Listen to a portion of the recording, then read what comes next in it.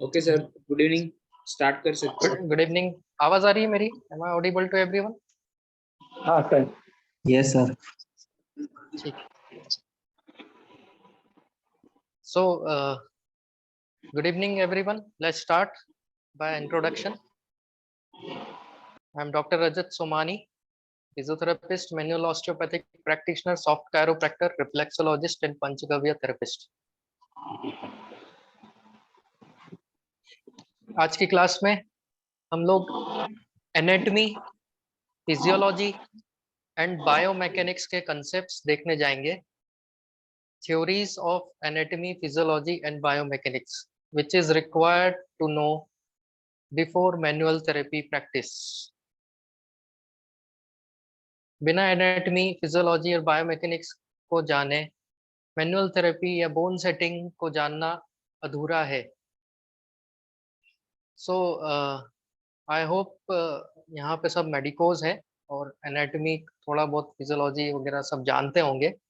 तो हम लोग स्टार्ट करते हैं एनाटॉमी के फर्स्ट स्लाइड से।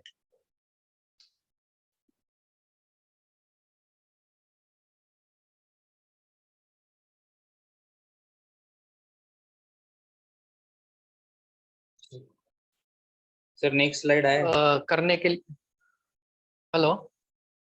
हाँ सर, माइक आपका म्यूट हो गया था, बोलिए। माइक म्यूट है क्या मेरा? नहीं, आई थिंक हो गया था अभी। बोलिए आप। हम लोग यहाँ पे एनाटॉमी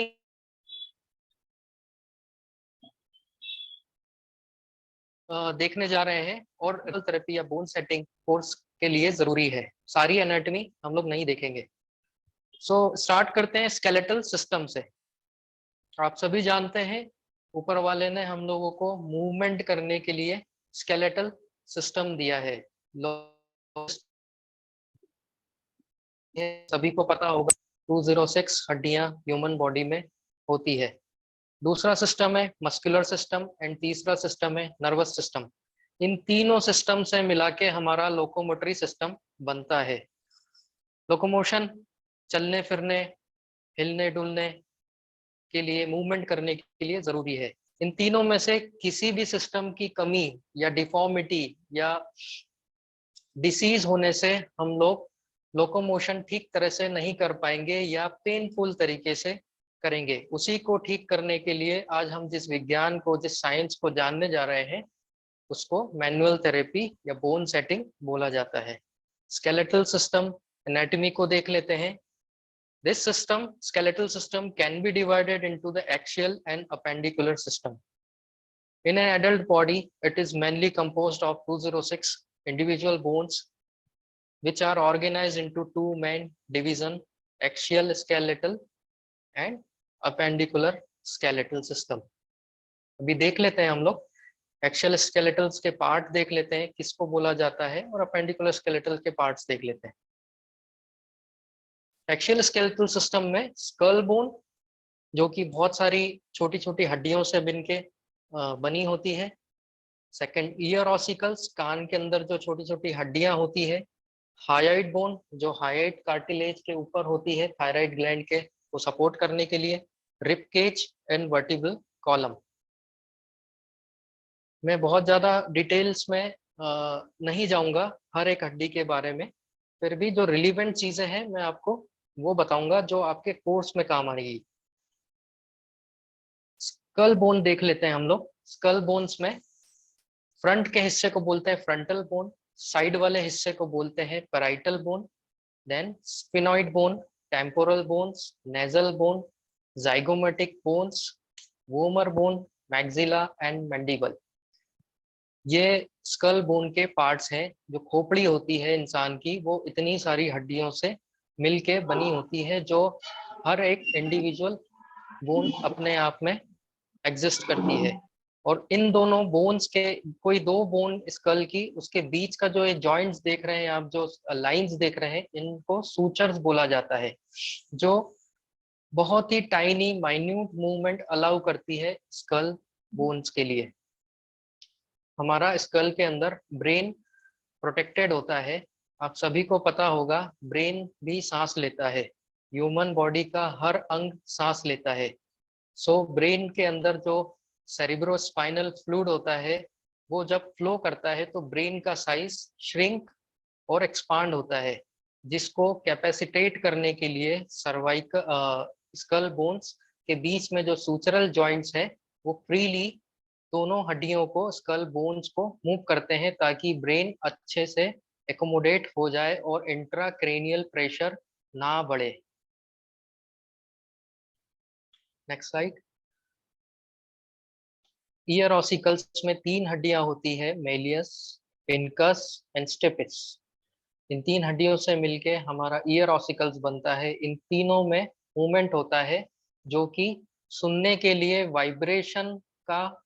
वाइब्रेशन को प्रोड्यूस करता है।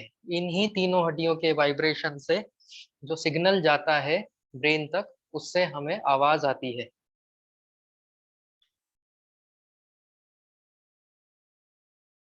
आप सभी देख रहे हैं इधर बहुत छोटी सी हड्डी है, हायोइड बोन, जो लैरिंक्स के ठीक ऊपर होती है और मैंडिबल के जबड़े के ठीक नीचे होती है। इस हायोइड बोन का जो काम होता है वो हायोइड कार्टिलेज को अटैच करना होता है, जिससे थायराइड ग्लैंड जो होता है गले में उसको प्रोटेक्शन मिल सके। नहीं तो क्या होगा, डायरेक्ट यदि इंजरी होगी गर्दन गले पे तो थायराइड ग्लैंड डैमेज हो जाएगा। इसलिए ऊपर वाले ने एक प्रोटेक्शन हमें दिया है hyoid bone and hyoid cartilage का।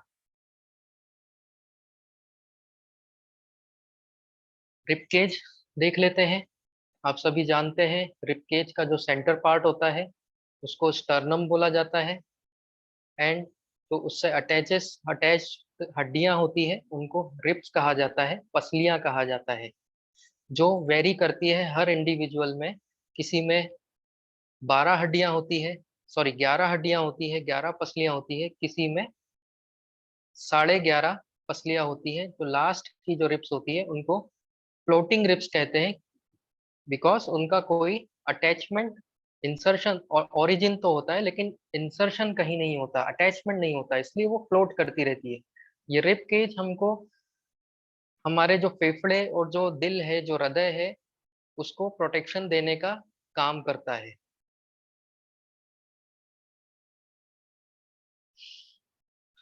वर्टिब्रल कॉलम के ऊपर चलते हैं। वर्टिब्रल कॉलम सर्वाइकल वर्टिब्रा से मिलके बना होता है, thoracic vertebra, lumbar vertebra, sacrum and cos x. मेरे पास एक स्पाइन का मॉडल है, उसमें हम मॉडल में समझ लेते हैं कि सर्वाइकल हड्डियां, सर्वाइकल बोन्स कितनी होती है। सो यहाँ से हम लोग काउंट करना स्टार्ट करेंगे स्कल के ठीक नीचे से। पहली जो हड्डी होती है उसको एटलस बोला जाता है, दूसरी जो हड्डी है उसको एक्सिस बोला जाता है। पहली हड्डी एटलस C1, दूसरी हड्डी C2 एक्सिस, तीसरी हड्डी C3, C4, C5, C6 and C7। ये 7 हड्डियों से मिलके, 7 वर्टिब्रा से मिलके हमारा सर्वाइकल स्पाइन बना होता है। इसके बाद नीचे की ओर चलते हैं, थोरेसिक स्पाइन, जिसमें 12 वर्टिब्रा होती है, जिसके नाम है T1 से लेके T12, T1 से लेके T12, या कुछ लोग, कुछ किताबें D1 या D12 भी बोलती है। डॉर्सल स्पाइन, थोरेसिक स्पाइन को डॉर्सल स्पाइन भी बोला जाता है। So D1, 2, 3, 4 up to the D12 vertebra. इन दो वर्टिब्रा के बीच में आप डिस्क देख रहे हैं। इस डिस्क के बारे में अभी हम लोग चर्चा करेंगे। इसके पहले लंबर स्पाइन पे आते हैं। लंबर वर्टिब्रा जो कि 5 की संख्या में होती है, 5 होती है, L1 से लेके L5, L1 से लेके L5, ये 5 हड्डियों से मिलके, 5 वर्टिब्रा से मिलके लंबर स्पाइनल कॉलम बना होता है।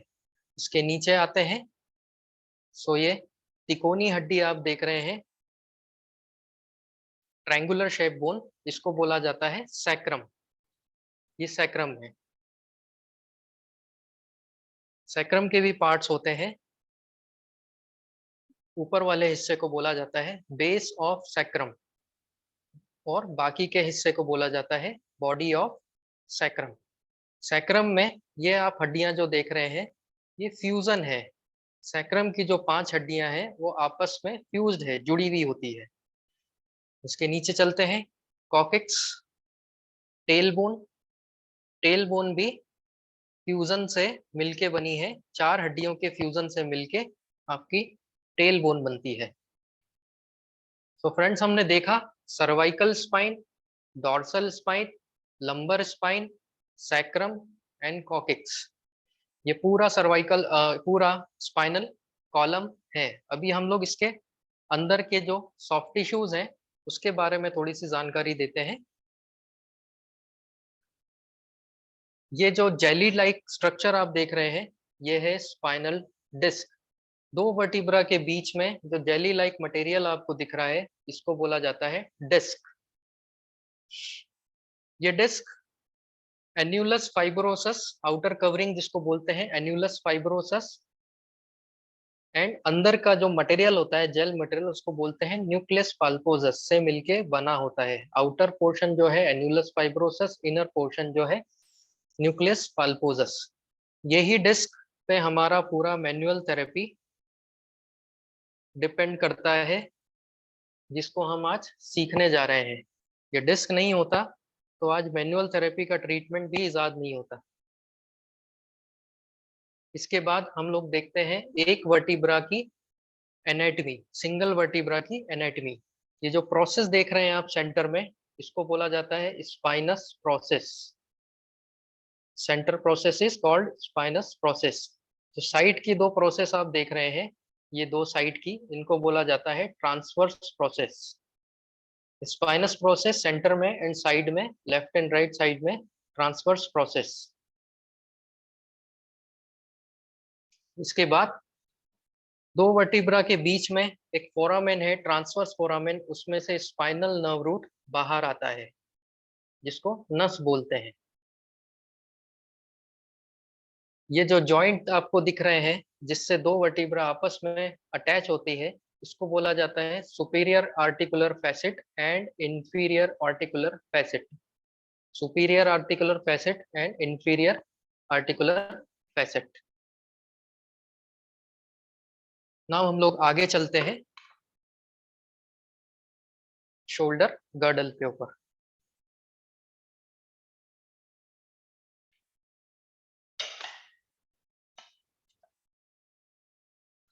शोल्डर गर्डल जो है जिसको पेक्टोरल गर्डल भी बोला जाता है, इसमें मेन हड्डी जो होती है जिससे शोल्डर गर्डल बना होता है उसको बोला जाता है स्कैपुला। स्कैपुला। और इसमें एक सॉकेट होता है यहाँ पे जिसको ग्लेनोइड कैविटी बोलते हैं और उसमें ह्यूमरस बोन का हेड जाके अटैच होता है। इस सॉकेट में इस तरह का हेड अटैच होता है, ह्यूमरल्स हेड। जब भी हम हाथ का मूवमेंट करते हैं, शोल्डर का मूवमेंट करते हैं तो ग्लेनोइड जो जो ग्लेनोइड फोसा में जो हेड ऑफ ह्यूमरस है वो इस तरह से मूव करता है। इसके बाद शोल्डर गर्डल में ये क्लेविकल बोन है, कॉलर की हड्डी, क्लेविकल बोन।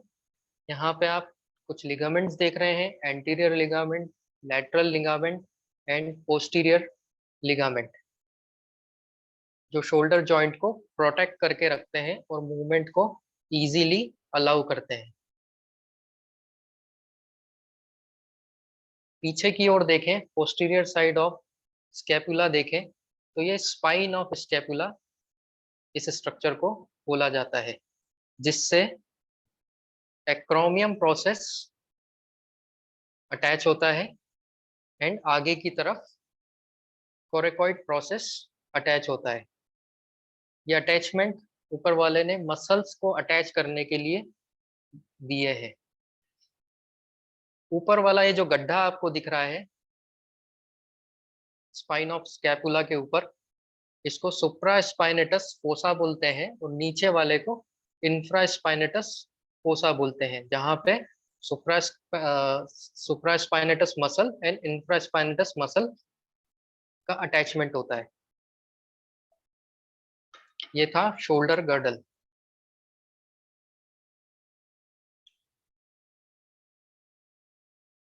नेक्स्ट स्लाइड पे चलते हैं।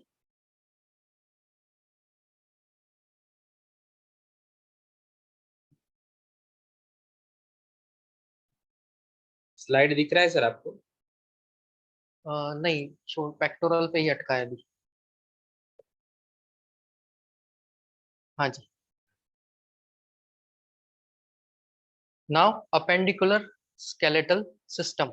अभी तक हमने देखा एक्सियल स्केलेटल सिस्टम, अभी हम देखते हैं अपेंडिकुलर स्केलेटल सिस्टम, जिसमें पहला पार्ट आता है अपर एक्सट्रीमिटी। अपर एक्सट्रीमिटी को अपर लिम्ब भी बोला जाता है, या हिंदी में बोले तो हाथ, हैंड्स। उसके स्ट्रक्चर देखते हैं। एक तो आपने देखा शोल्डर गर्डल में से ग्लेनोइड फोसा में जो कनेक्टेड हेड था वो यूमरल हेड था। इस हड्डी को यूमरस बोला जाता है, जिसको शोल्डर की हड्डी बोलते हैं, जो यहाँ पे होती है। इसके नीचे आप देख रहे हैं एल्बो जॉइंट है, और उसके नीचे radius and ulna. Lateral side में रेडियस होता है, मीडियल साइड में अल्ना होता है, और रेडियस, अल्ना और ह्यूमरस मिला के एल्बो जॉइंट बनाते हैं। और नीचे चलते हैं, कार्पल्स। रेडियस और अल्ना के नीचे 8 हड्डियां होती हैं, जिसको 8 कार्पल्स बोलते हैं, जिससे रिस्ट जॉइंट बनता है। इसके नीचे मेटाकार्पल्स। मेटाकार्पल्स आप देख सकते हैं यहाँ पे, ये जो हड्डियां दिख रही है आपको वर्टिकल, इसको मेटाकार्पल्स बोलते हैं। और उसके नीचे फेलेंजेस। फेलेंजेस मतलब फिंगर्स, उंगलियां। उंगलियां भी डीआईपी एंड पीआईपी जॉइंट से मिलके बनती है। ये था आपका अपर एक्सट्रीमिटी। नाउ लोअर एक्सट्रीमिटी पे चलते हैं। ऊपर हमने देखा था शोल्डर गर्डल या पेक्टोरल गर्डल, सेम इसके ही जैसा स्ट्रक्चर लोअर बॉडी में भी है, जिसको हम लोग बोलते हैं पेल्विक गर्डल। पेल्विक गर्डल में ऑब्वियसली 2 हड्डियां होती है, जिसको पेल्विस बोला जाता है, left pelvis and right pelvis. Basically जिसको आप अपनी कमर बोलते हैं, जहाँ पे आप बेल्ट बांधते हैं, वो पेल्विस की हड्डियां होती है। पेल्विस की हड्डियों के पार्ट देख लेते हैं। ऊपर वाले हिस्से को बोलते हैं इलियम एंड इलियक क्रेस्ट। ये जो बाउंड्री है, बॉर्डर है, इसको इलियक क्रेस्ट बोला जाता है, और ऊपर वाले हिस्से को इलियम बोला जाता है। फिर इस्चियम, ये बीच वाले हिस्से को इस्चियम बोला जाता है। और ये उठा हुआ हिस्सा आप जो देख रहे हैं, ये इस्चियल ट्यूबरोसिटी है, जिसको सिट बोन बोलते हैं। जब आप बैठते हैं तो अपने हाथ से सिट बोन को आप फील कर सकते हैं, जिसको तशरीफ भी बोला जाता है, इस्चियल बोन बोलते हैं। तीसरा हिस्सा है प्यूबिस। आगे वाला जो हिस्सा एंटीरियर साइड में आप देख रहे हैं, ये प्यूबिस है। प्यूबिस में एक बहुत इंपॉर्टेंट स्ट्रक्चर होता है, एक डिस्क होती है सेंटर में, जिसको प्यूबिस सिम्फाइसिस बोलते हैं। 2 पेल्विस जहां पे ज्वाइन करते हैं एंटीरियर साइड में, उसको प्यूबिस सिम्फाइसिस बोलते हैं। ये जो फोसा देख रहे हैं आप, जैसे अपर एक्सट्रीमिटी में आपने ग्लेनोइड फोसा देखा था स्कैपुला के अंदर, वैसे ही लोअर एक्सट्रीमिटी में पेल्विस के अंदर जो ये फोसा देख रहे हैं, ये एसिटाबुलर फोसा है। यहाँ पे हिप जॉइंट की जो हेड होता है, हिप जॉइंट का जो हेड होता है, वो अटैच होता है। सो एसिटाबुलम में, एसिटाबुलर फोसा में हिप जॉइंट का हेड अटैच होके क्या बनाएगा, वो हिप जॉइंट का निर्माण करेगा, जिसमें हिप जॉइंट इस तरह से मूव होता है।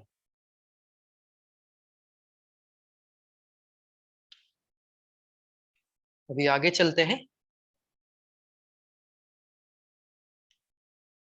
Next slide please. Hip joint आपने देखा, एसिटाबुलम फोसा में हिप जॉइंट का अटैचमेंट था। जिस हड्डी से हिप जॉइंट मिलके हिप जॉइंट का निर्माण होता है, फॉर्मेशन होता है, वो है फीमर की हड्डी, जांग की हड्डी। इसके नीचे नी जॉइंट जिससे फॉर्म होता है, उसको हम लोग बोलते हैं टीबिया एंड फिब्यूला। जो मीडियल साइड की बोन है वो टीबिया होती है, और जो लेटरल साइड की बोन है वो फिब्यूला होती है। मीडियल साइड की टिबिया, लेटरल साइड की फिब्यूला, इन दोनों हड्डियों से और हिप जॉइंट फीमर के लोअर कॉन्डाइल से मिलके जो जॉइंट बनता है उसको नी जॉइंट बोला जाता है, घुटना। और उसके ऊपर एक कटोरी होती है जिसको हम लोग पटेला बोलते हैं, जो आप लोग फील कर सकते हो अपने घुटने के ऊपर।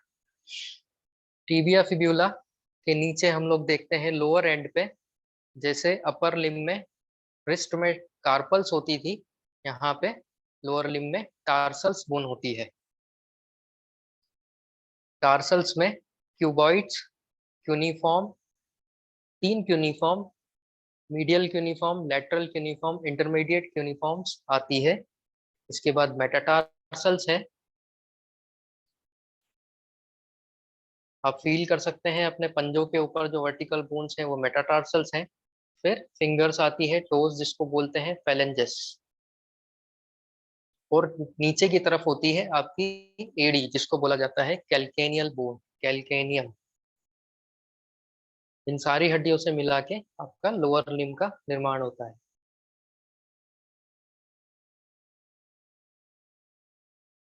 नाउ हम लोग लोकोमोटरी सिस्टम के दूसरे सब सिस्टम पे जाते हैं, मस्कुलर सिस्टम। नर्वस पीछे वाला सिस्टम, साइड, मस्कुलर सिस्टम पीछे पीछे हाँ, गया वो। इसके नेक्स्ट जो है ना नर्वस सिस्टम का है। हाँ, सो लोकोमोटरी सिस्टम के दूसरे सब सिस्टम में हम लोग जाते हैं, मस्कुलर सिस्टम। 3 टाइप के मसल्स हम लोग को ऊपर वाले ने दिए हैं हमारे शरीर में।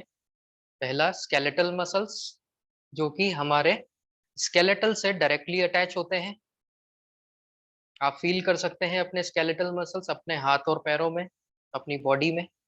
दूसरा कार्डियक मसल्स, जिससे हमारा हृदय बना होता है, दिल बना होता है। तीसरा स्मूथ मसल्स, स्मूथ मसल्स हमारे विसरल ऑर्गन में मौजूद होती है, जैसे small intestine, large intestine, stomach and all this internal visceral organs, kidney and so on.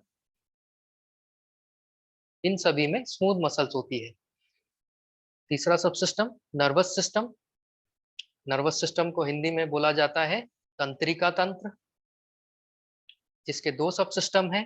पहला सेंट्रल नर्वस सिस्टम, दूसरा पेरिफेरल नर्वस सिस्टम।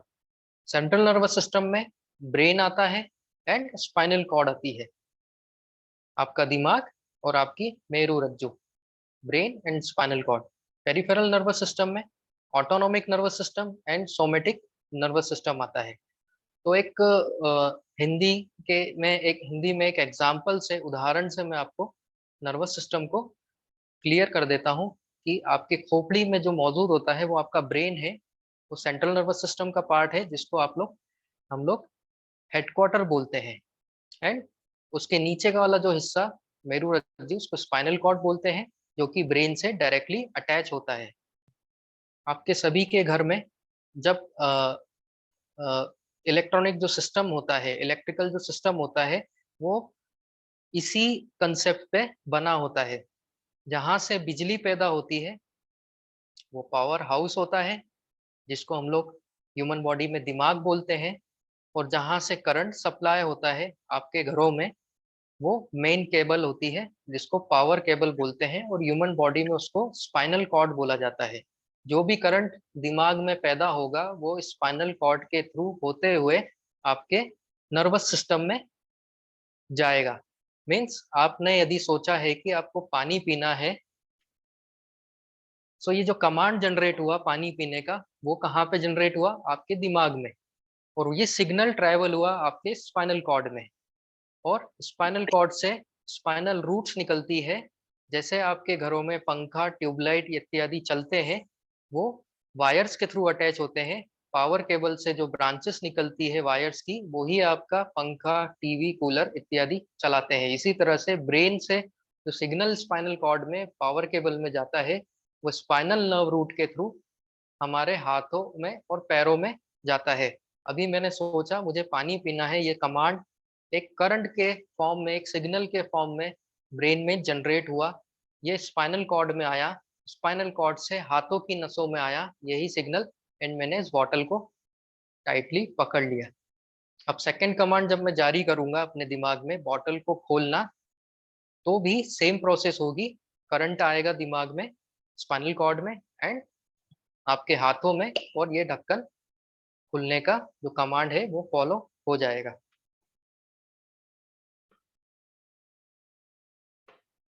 इसी तरह से ब्रेन एंड स्पाइनल कॉर्ड एक कोऑर्डिनेशन में काम करते हैं। फॉर एग्जांपल, जब आपके घरों में बिजली आती है पावर हाउस से, यदि वो कोऑर्डिनेटेड वे में नहीं आए तो क्या होगा, आपकी जो घरों के जो अप्लायंसेस है, जो पंखे हैं, जो कूलर है, जो बिजली के सामान है, उसमें वोल्टेज का फ्लक्चुएशन होगा और वो लुक झुक करेंगे, बंद चालू होंगे।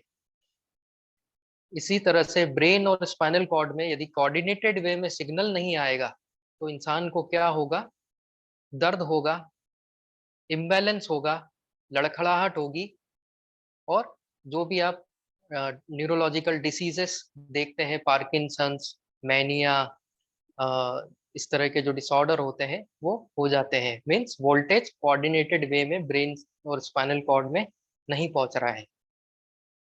आगे चलते हैं। सर एक चार्ट है नर्वस सिस्टम का। जी हाँ, इस चार्ट में आप देख सकते हैं कि जो तंत्रिका तंत्र है, जो दिमाग है, उससे स्पाइनल कॉर्ड जुड़ा होता है, और उससे वायर जो निकल रहे हैं, जिनको हम लोग नर्व्स बोलते हैं, वो नर्व्स पूरे बॉडी में फैले होते हैं।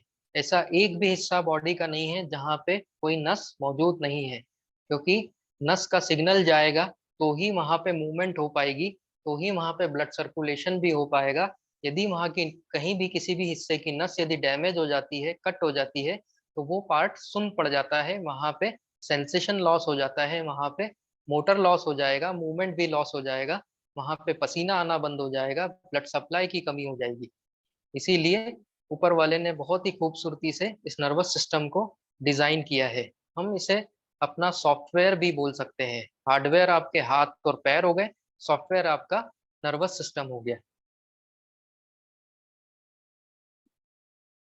अब आप लोग बोलेंगे कि ये पढ़ना क्यों जरूरी है। सो फ्रेंड्स, इन्हीं सब चीजों पे हमारा manual therapy and bone setting depend करता है। बिकॉज जब भी स्पाइनल कॉर्ड में इंजरी होगी या कहीं भी किसी पार्ट में इंजरी होगी, तो वहां पे नर्व का डैमेज होगा, वहां पे नर्व का कंप्रेशन होगा, और आपको दर्द होने लगेगा।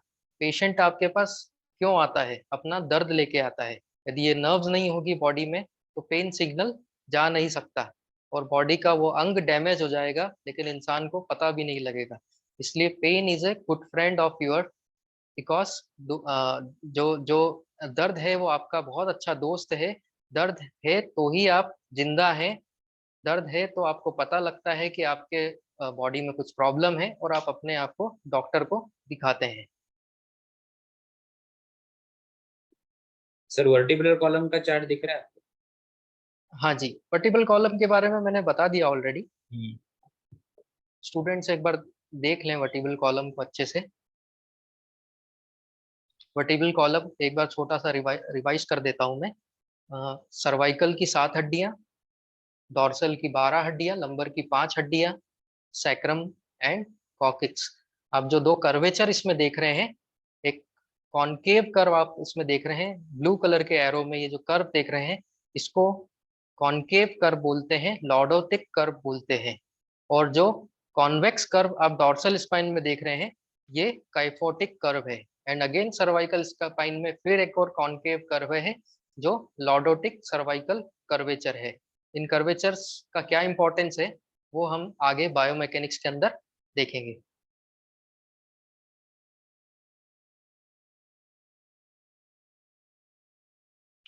पेरिफेरल नर्वस सिस्टम में दो सब सिस्टम थे, autonomic nervous system and somatic nervous system. इन दो को भी मैं हिंदी में उदाहरण से आपको समझा देता हूँ, बहुत ज्यादा डिटेल में नहीं जाएंगे। ऑटोनोमिक नर्वस सिस्टम नाम से ही क्लियर है, जो ऑटोमेटिकली काम कर रहा है। फॉर एग्जाम्पल, आपने खाना खाया और स्टमक के अंदर गया, स्टमक उसको पचाने का काम आपके कहने से कर रहा है कि ऑटोमेटिकली कर रहा है? जी हाँ, ऑटोमेटिकली कर रहा है। तो ये कौन करवा रहा है, इसका कमांड कौन दे रहा है? ऑटोनोमिक नर्वस सिस्टम दे रहा है। सोमेटिक नर्वस सिस्टम जो बॉडी में मौजूद है, जो हमारे हाथ और पैरों में मौजूद है, ऑटोनोमिक नर्वस सिस्टम जो ऑटोमेटिक काम करता है, सोमेटिक नर्वस सिस्टम वॉलेंटरली काम करता है, हमारी इच्छा से काम करता है। आपकी इच्छा होगी हाथ मोड़ने की तो हाथ मोड़ोगे, आपकी इच्छा होगी हाथ सीधा करने की तो आप हाथ सीधा करोगे। वॉलेंटरी नर्वस सिस्टम इसको बोला जाता है। आगे चलते हैं।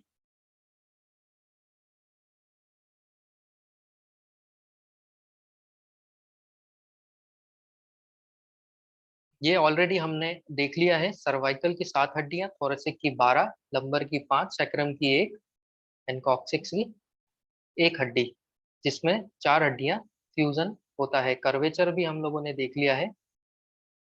Next slide. नाउ ये बहुत बड़ा डाउट लोगों को रहता है, जो पेशेंट हो या थेरेपिस्ट हो, कि कार्टिलेज क्या होते हैं, टेंडन्स क्या होते हैं, लिगामेंट्स क्या होते हैं। तो हम लोग एक मॉडल पे देख लेते हैं कि नी जॉइंट का मॉडल है। नी जॉइंट की एनाटॉमी अभी ये मैंने बताई है। ये फीमर बोन है, ये टीबिया बोन है, ये फिब्यूला बोन है। इन दोनों के बीच में जो है नी जॉइंट होता है, ये lower condyles of femur and upper condyles of tibia से मिलके बना होता है। इसके बीच में जो ये ब्लू कलर का स्ट्रक्चर आप देख रहे हैं, ये गादी होती है, जिसको हम लोग कार्टिलेज बोलते हैं। नी जॉइंट में पर्टिकुलरली 2 कार्टिलेज होते हैं, 2 गादियां होती है। मीडियल साइड की तरफ जो गादी होती है उसको हम लोग मीडियल मेनिस्कस बोलते हैं। लेटरल साइड की तरफ जो होती है उसको लेटरल मेनिस्कस बोलते हैं। इसके बाद ये जो स्ट्रक्चर देख रहे हैं आपको ऑरेंज कलर के, ये लिगामेंट्स हैं, जो एक हड्डी को दूसरी हड्डी से जोड़ता है। यहाँ पे फीमर को टीबिया से जिसने जोड़ा वो स्ट्रक्चर को लिगामेंट बोलते हैं। लेटरल साइड के लिगामेंट को लेटरल कोलेटरल लिगामेंट बोलते हैं, मीडियल साइड के लिगामेंट को मीडियल कोलेटरल लिगामेंट बोला जाता है। यहाँ पे नी जॉइंट के अंदर 2 लिगामेंट क्रिस क्रॉस फैशन में अटैच होते हैं, जिसको anterior cruciate ligament and posterior cruciate ligament होता है बोलते हैं।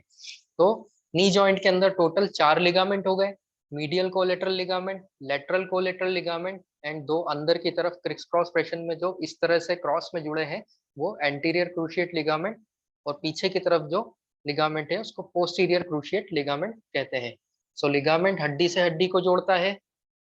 कार्टिलेज आप लोगों को समझ गए, गादी जिसको बोलते हैं, मेनिस्कस जिसको बोला गया है नी जॉइंट के अंदर। इसके बाद टेंडन, ये स्ट्रक्चर जो देख रहे हैं आप, इसको बोलते हैं टेंडन। टेंडन किस किस को अटैच करेगा? मसल से हड्डी को जो स्ट्रक्चर अटैच करेगा उसको टेंडन का नाम दिया जाता है। यहाँ पे क्वाड्रिसेप्स मसल होती है, इस तरह से एक बल्क मसल होती है, जांग की जो मसल है उसको क्वाड्रिसेप्स बोला जाता है। वो मसल जब नी जॉइंट में अटैच होगी यहाँ पे टीबिया में आके, तो वो एक रस्सी नुमा स्ट्रक्चर से अटैच होगी, जिसको टेंडन बोलते हैं। आई होप सबको समझ में आ रहा होगा।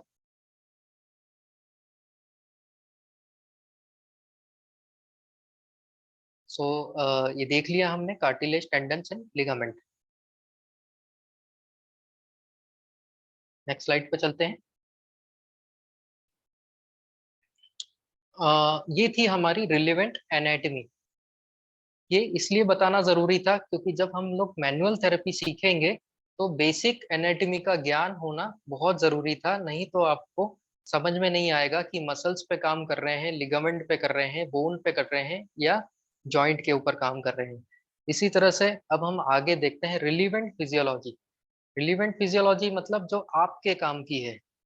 हम पूरी फिजियोलॉजी पे नहीं जाएंगे, बट जो आपके कोर्स में जो काम आने वाली फिजियोलॉजी है हम सिर्फ वो देखने वाले हैं। रिलेवेंट फिजियोलॉजी में पहला जो हेडिंग है वो है टाइप्स ऑफ मस्कुलर कॉन्ट्रैक्शन। ये बहुत ही ध्यान से आप लोग समझिएगा। मसल कॉन्ट्रैक्शन, सबसे पहले देखते हैं कि मसल कॉन्ट्रैक्शन होता क्या है। मैं एक बाइसेप मसल का एग्जांपल लेता हूं जो बहुत ही कॉमन है। बाइसेप मसल आपकी भुजाओं में मौजूद होती है। यहाँ पे जो एल्बो जॉइंट का फ्लेक्शन करवाती है, जो एल्बो जॉइंट का फ्लेक्शन करवाती है वो बाइसेप मसल है।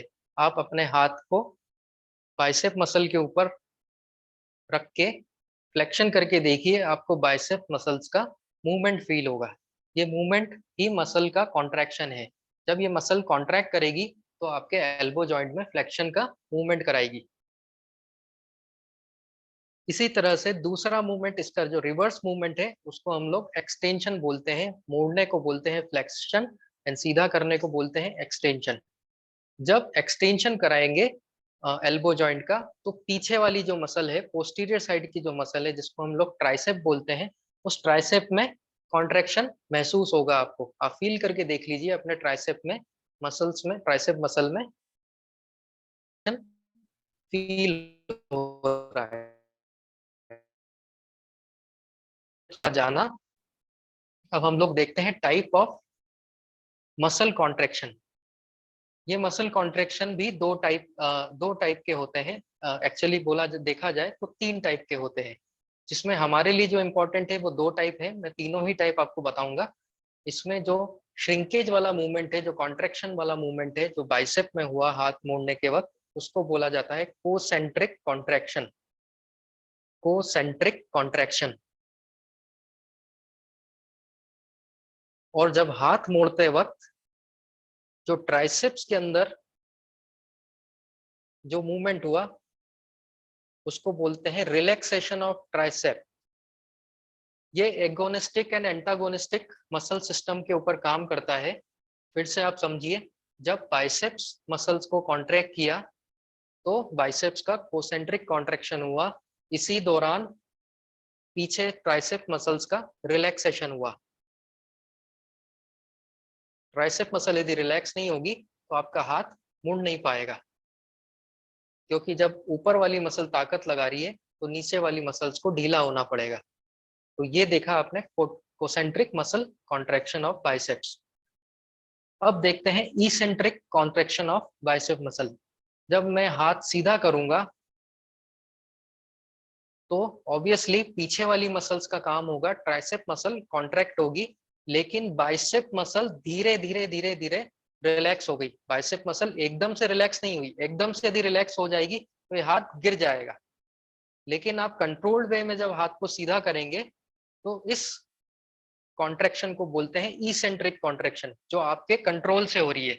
बाइसेप्स का मसल्स का ढीला होना, उस ढीले होने को बोल रहे हैं इसेंट्रिक कॉन्ट्रैक्शन।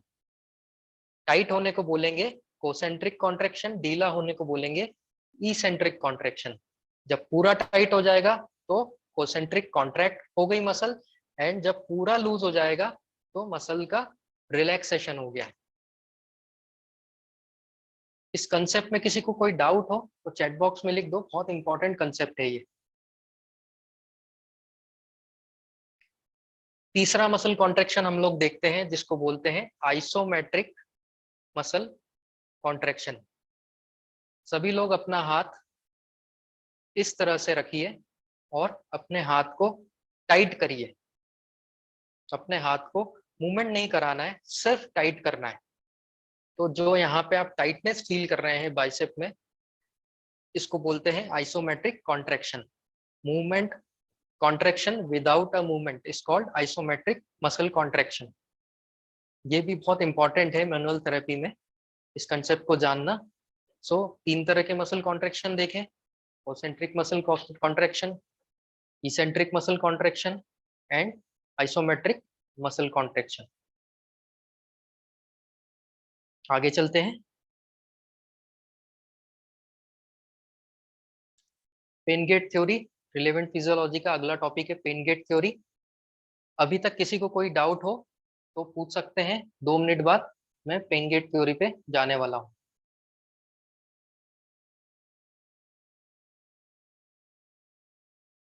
आप अनम्यूट कर सकते हैं।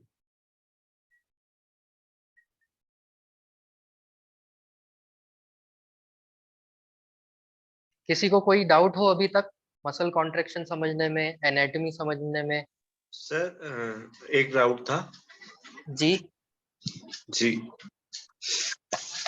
सर, जैसा आपने बताया कि लिगामेंट हड्डी को जोड़ते हैं, तो हम कभी कभी सुनते हैं कि लिगामेंट टूट गए तो वो रिपेयर भी होते हैं, मतलब ऑटोमेटिक? हाँ जी, बॉडी में एक क्षमता होती है ऑटो रिपेयर की, उससे लिगामेंट रिपेयर होते हैं, बट वो डिपेंड करता है कि पार्शियल टियर है या फुल टियर है। यदि पूरा टूट गया, उसके दोनों टुकड़े टूट के अलग हो गए, तो वो इररिपेयरेबल है, उसको फिर सर्जरी से रिकनेक्ट किया जाता है, रिकंस्ट्रक्शन सर्जरी से। यदि वो आधे टूटे हैं, जिसको फटना बोलते हैं, टियर बोलते हैं, वो फटना इजीली बॉडी उसको हील कर देती है। तो उसके लिए थेरेपीज रहती हैं? उसके लिए थेरेपीज है, जो मैनुअल थेरेपी हम लोग पढ़ने जा रहे हैं अभी, उसमें बहुत सारी टेक्निक्स हैं जो लिगामेंट को रिपेयर करेगी। Okay sir, thank you. हाँ जी। Any other question?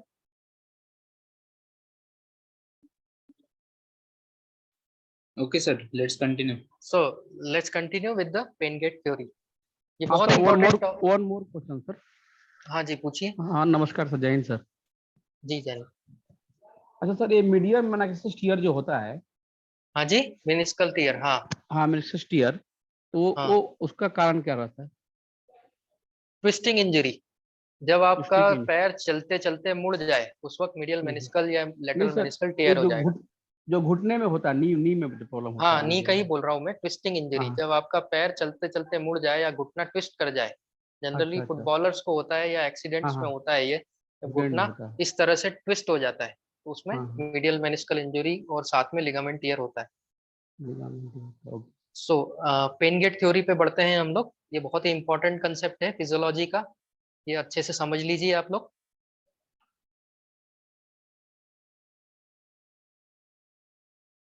सो दोस्तों, नाम से ही क्लियर है, पेन गेट थ्योरी मतलब दर्द को रोकने वाला दरवाजा। दर्द को रोकने वाला दरवाजा, दरवाजा। इस कंसेप्ट पे पूरा का पूरा मैनुअल थेरेपी का साइंस बेस्ड है। या कोई भी मैनुअल थेरेपी हो, जिसमें एक्यूपंचर हो, एक्यूप्रेशर हो, मसाज थेरेपी हो, कायरोप्रैक्टिस हो, ऑस्टियोपैथी, फिजियोथेरेपी, कोई भी थेरेपी बिना पेन गेट थ्योरी के काम नहीं कर सकती।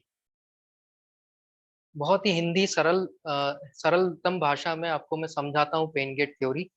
आप सभी के साथ ये एक्सपीरियंस हुआ होगा, ये अनुभव हुआ होगा, जब आपको चोट लगती है, मान लो हाथ पे आपको चोट लग गई, तो आप सबसे पहले क्या करते हैं? सबसे पहले आप वहां पे इस तरह से पकड़ लेते हैं और उस स्ट्रक्चर को दबा देते हैं। ऐसा क्यों किया आपने? क्योंकि ये आपका इनबॉर्न नेचर है, आपको किसी ने बोला नहीं ये करने के लिए।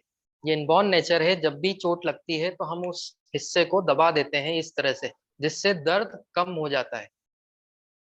आप लोगों ने कभी सोचा दर्द कम क्यों हो गया वहां पे दबाने से? नहीं सोचा? तो अब सोचते हैं पेन गेट थ्योरी के माध्यम से। जब भी यहाँ पे चोट लगती है, बॉडी के किसी भी हिस्से पे चोट लगती है, तो यहाँ पे जो सेंसरी नर्व्स है, वो पेन का जो करंट है, उसका सेंसेशन कहाँ तक पहुंचाती है? दिमाग तक पहुंचाती है, जहां पे हमको महसूस होता है कि हाँ हमें चोट लगी है, या सर म्यूट हो गया आपका माइक।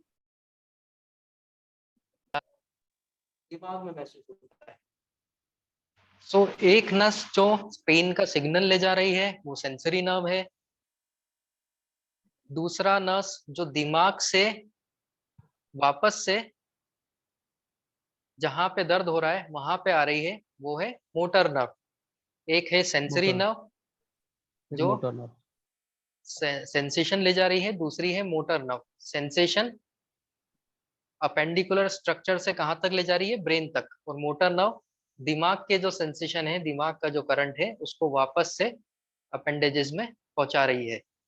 तो जब भी दर्द होता है, सो वहां पे कुछ न्यूरॉन्स एक्टिवेट होते हैं। फॉर एग्जाम्पल, इस डायग्राम में आपको दिख रहा है कि इंडेक्स फिंगर पे पिन लगी है, पिन से चुभोया गया है।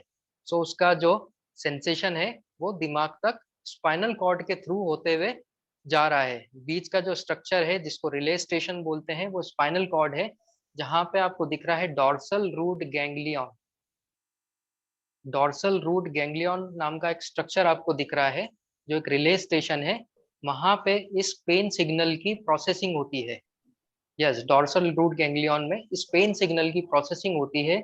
वहां से फिर ये पेन सिग्नल फर्दर ट्रांसमिट होता है टूवर्ड्स द ब्रेन, दिमाग की ओर, जहाँ पे हमको महसूस हो रहा है कि हाँ उंगली में पिन लगी है।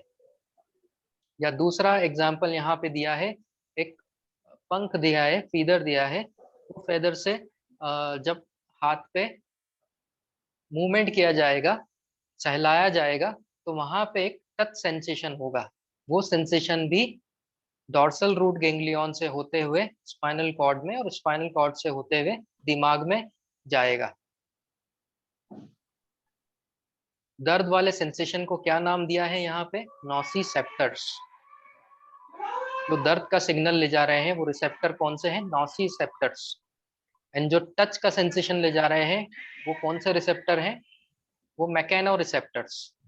ये सेंसर्स, जो इंजीनियरिंग की भाषा में जिनको हम लोग सेंसर्स बोलते हैं, मेडिकल की लैंग्वेज में उनको हम लोग रिसेप्टर्स बोलते हैं। प्राइमरी अफेरेंट न्यूरॉन, जिस नस का नाम दिया है यहाँ पे प्राइमरी अफेरेंट न्यूरॉन। प्लीज अपना माइक म्यूट कर लीजिए।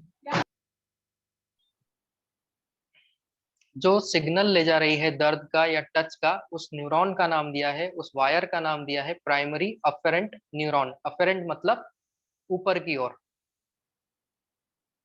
और जो नीचे दिमाग से स्पाइनल कॉर्ड में और वहां से फिर से हाथ में जो नस आ रही है, जो डाउनवर्ड्स आ रही है डिसेंडिंग पाथवे के थ्रू, उसको इफेरेंट न्यूरॉन बोलते हैं। क्या बोलते हैं? Efferent neuron. अब इफेरेंट न्यूरॉन भी दो तरह के होते हैं, primary efferent neuron and secondary efferent neuron. इतना डिटेल में जाने की जरूरत नहीं है, सिर्फ इतना समझ लेते हैं जो हमारे काम की चीज है, कि जो सिग्नल दर्द का और टच का दिमाग की ओर गया, वो कहाँ से होता हुआ गया? अफेरेंट न्यूरॉन से डॉर्सल रूट गैंग्लियन में, डॉर्सल रूट गैंग्लियन से स्पाइनल कॉर्ड में, स्पाइनल कॉर्ड से ब्रेन तक, और ब्रेन से ब्रेन के किस हिस्से में जाके वो महसूस हुआ? सेंसरी कॉर्टेक्स में जाके महसूस हुआ। ठीक है। अब पेन गेट थ्योरी क्या बोलता है? फॉर एग्जाम्पल, इस उंगली में पिन लगा है और यहाँ दर्द हो रहा है, तो मैं क्या करूंगा? इस हिस्से को प्रेस कर लूंगा या दबा दूंगा, जिससे मेरा दर्द कम हो जाएगा। वो क्यों कम हो जाएगा? क्योंकि मैंने जब प्रेशर दिया उंगली पे, उसका भी एक सेंसेशन पैदा हुआ। वो सेंसेशन दर्द के सेंसेशन से फास्ट दिमाग में पहुंच गया, इसलिए दर्द का सेंसेशन पीछे रह गया, मेरे प्रेशर का सेंसेशन तेजी से दिमाग में पहुंच गया, तो मुझे दर्द कम महसूस होगा, क्योंकि दर्द का सेंसेशन तो पीछे ही रह गया। इसी कंसेप्ट का यूज करते हैं सारी थेरेपीज में। जब हम मैनुअल थेरेपी पढ़ेंगे, जब हम लोग मैनिपुलेशन करेंगे, जब क्लिक का साउंड आता है या जॉइंट अलाइंड होता है, उस वक्त जो प्रेशर, जहाँ पे जो प्रेशर, जो न्यूरॉन्स थे जिसको हमने प्रेस करके दर्द के सेंसेशन को पीछे कर दिया था, वही न्यूरॉन्स एक्टिवेट होंगे मैनुअल थेरेपी या मैनिपुलेशन में, जो दर्द के सिग्नल को धीरा धीरे कर देंगे, स्लो कर देंगे।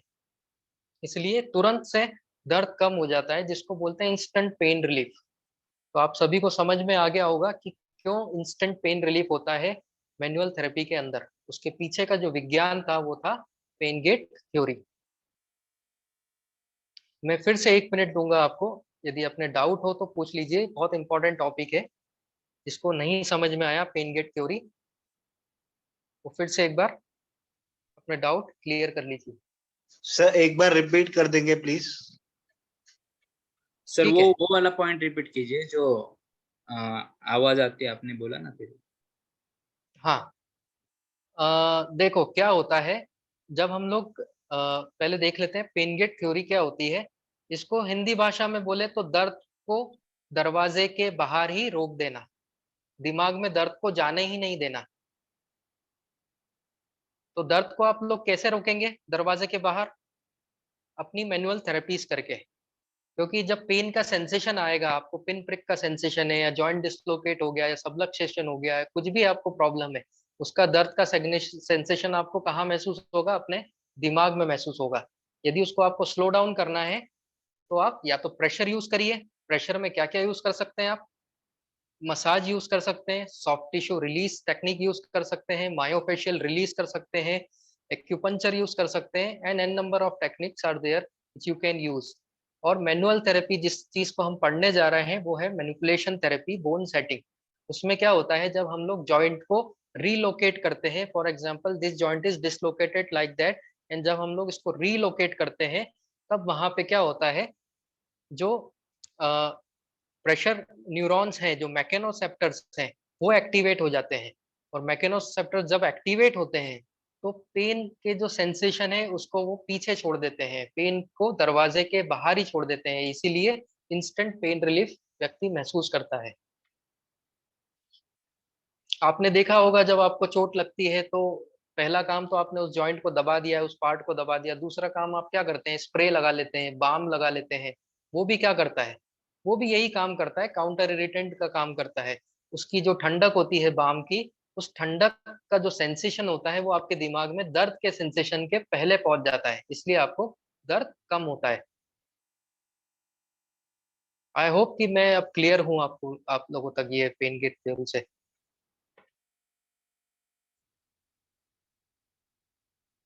सो लेट्स मूव अहेड। नाउ हम लोग अब देखते हैं chain reaction of pain. Physiology, relevant physiology का अगला टॉपिक है चेन रिएक्शन ऑफ पेन। नाम से ही क्लियर है, चेन रिएक्शन।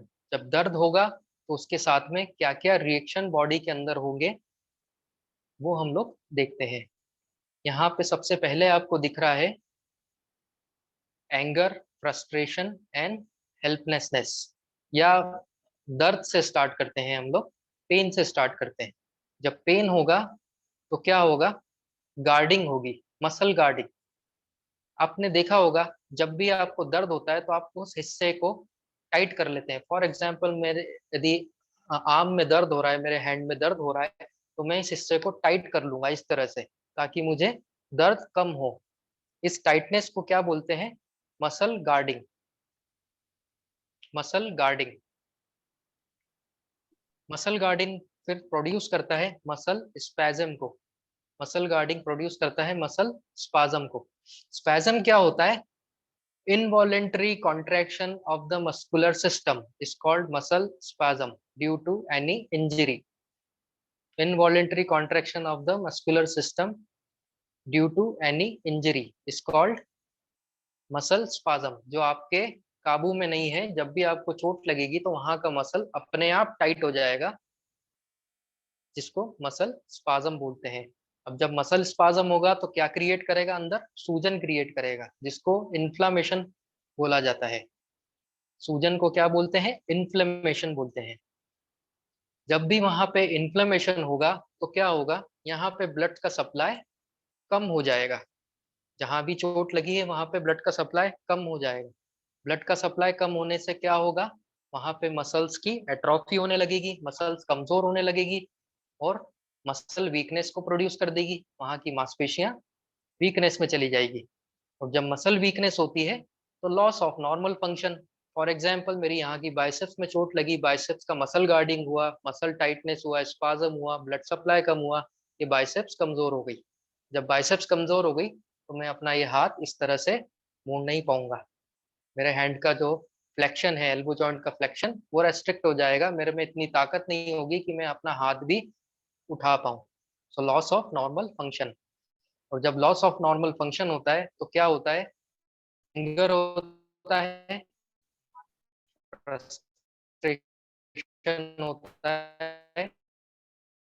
जब दर्द का इलाज नहीं होता है तो डॉक्टर कहाँ पे रेफर करता है आखिरी में, जब दवा भी असर करना बंद कर देती है तो साइकोलॉजिस्ट के पास। क्यों रेफर करता है, क्योंकि लॉस ऑफ नॉर्मल फंक्शन नहीं है ह्यूमन बॉडी में, उससे इंसान को गुस्सा आता है, डिप्रेशन आता है, फ्रस्ट्रेशन आता है, इसलिए डॉक्टर्स उसको साइकोलॉजिकल डिपार्टमेंट में या साइकेट्रिक के पास रेफर करते हैं। सो ये एक चेन रिएक्शन में सारी चीजें थी। इसमें से जो मेन सबसे इम्पोर्टेंट चीज थी, चेन का जो स्टार्टिंग हिस्सा था वो था पेन। यदि दर्द नहीं होगा तो ये सारी रिएक्शन भी नहीं होगी। किसी को कोई doubt? Chain reaction of pain में कोई चीज बीच में समझ में ना आई हो, 2 मिनट का समय देते हैं, कृपया अनम्यूट करके आप लोग पूछ सकते हैं। ये बहुत इंपॉर्टेंट चीज है, आपके पूरे कोर्स में काम आने वाली है। सर लॉस ऑफ मत करिए। नॉर्मल फंक्शन में ना आपकी थोड़ी सी आवाज कट गई थी। हाँ, loss of normal function means क्या हुआ कि मुझे यहाँ पे चोट लगी बाइसेप्स में, वहां पे क्या हुआ, मसल स्पाज्म हुआ, मसल गार्डिंग हुआ, वहां पे सूजन आया, ब्लड का सप्लाई कम हो गया। अब ब्लड का सप्लाई कम होता है तो वहां का मसल क्या होगा, कमजोर हो जाएगा। कमजोर हो गया तो लॉस ऑफ नॉर्मल फंक्शन, मैं हाथ को हिला नहीं पाऊंगा इस तरह से, मोड़ नहीं पाऊंगा।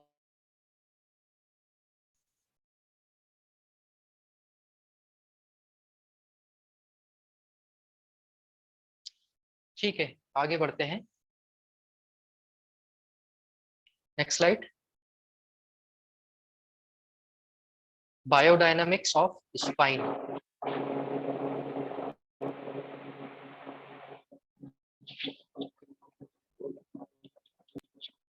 नाउ हम लोग अब देखते हैं, बहुत ही इंपॉर्टेंट टॉपिक आया है हमारे सामने, बायोडायनामिक्स ऑफ स्पाइन। आप डायग्राम्स पे मत जाइएगा, मैं आपको आसान शब्दों में एक उदाहरण के जरिए सारी चीजें समझाने वाला हूँ। बायोडायनामिक्स का मतलब क्या होता है पहले तो वो समझ लेते हैं। दो टर्मिनोलॉजी होती है, static and dynamic. Static means स्थिर, जिसमें मूवमेंट नहीं है। डायनामिक मीन्स अस्थिर, चलायमान, जिसमें मूवमेंट है। फॉर एग्जाम्पल, मेरा हाथ यहाँ पे स्टैटिक पोजीशन में रखा है, मतलब यहाँ पे कोई मूवमेंट मैं नहीं कर रहा हूँ। जब इसको मैं डायनामिक पोजीशन में ले जाऊंगा तो यहाँ पे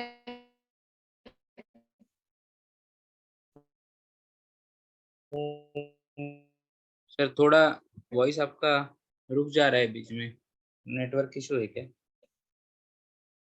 ह्यूमन बॉडी में होते हैं flexion, extension,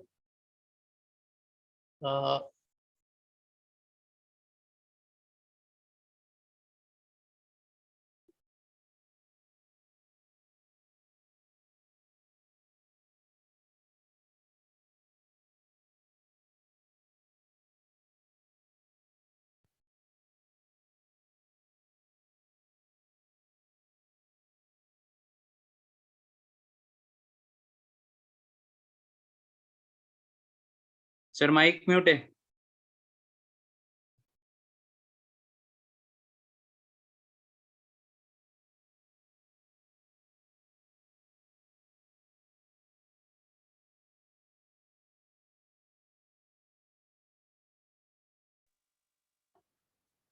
M I audible? Yes. So हम लोग एक मॉडल पे देखते हैं बायोडायनेमिक्स ऑफ।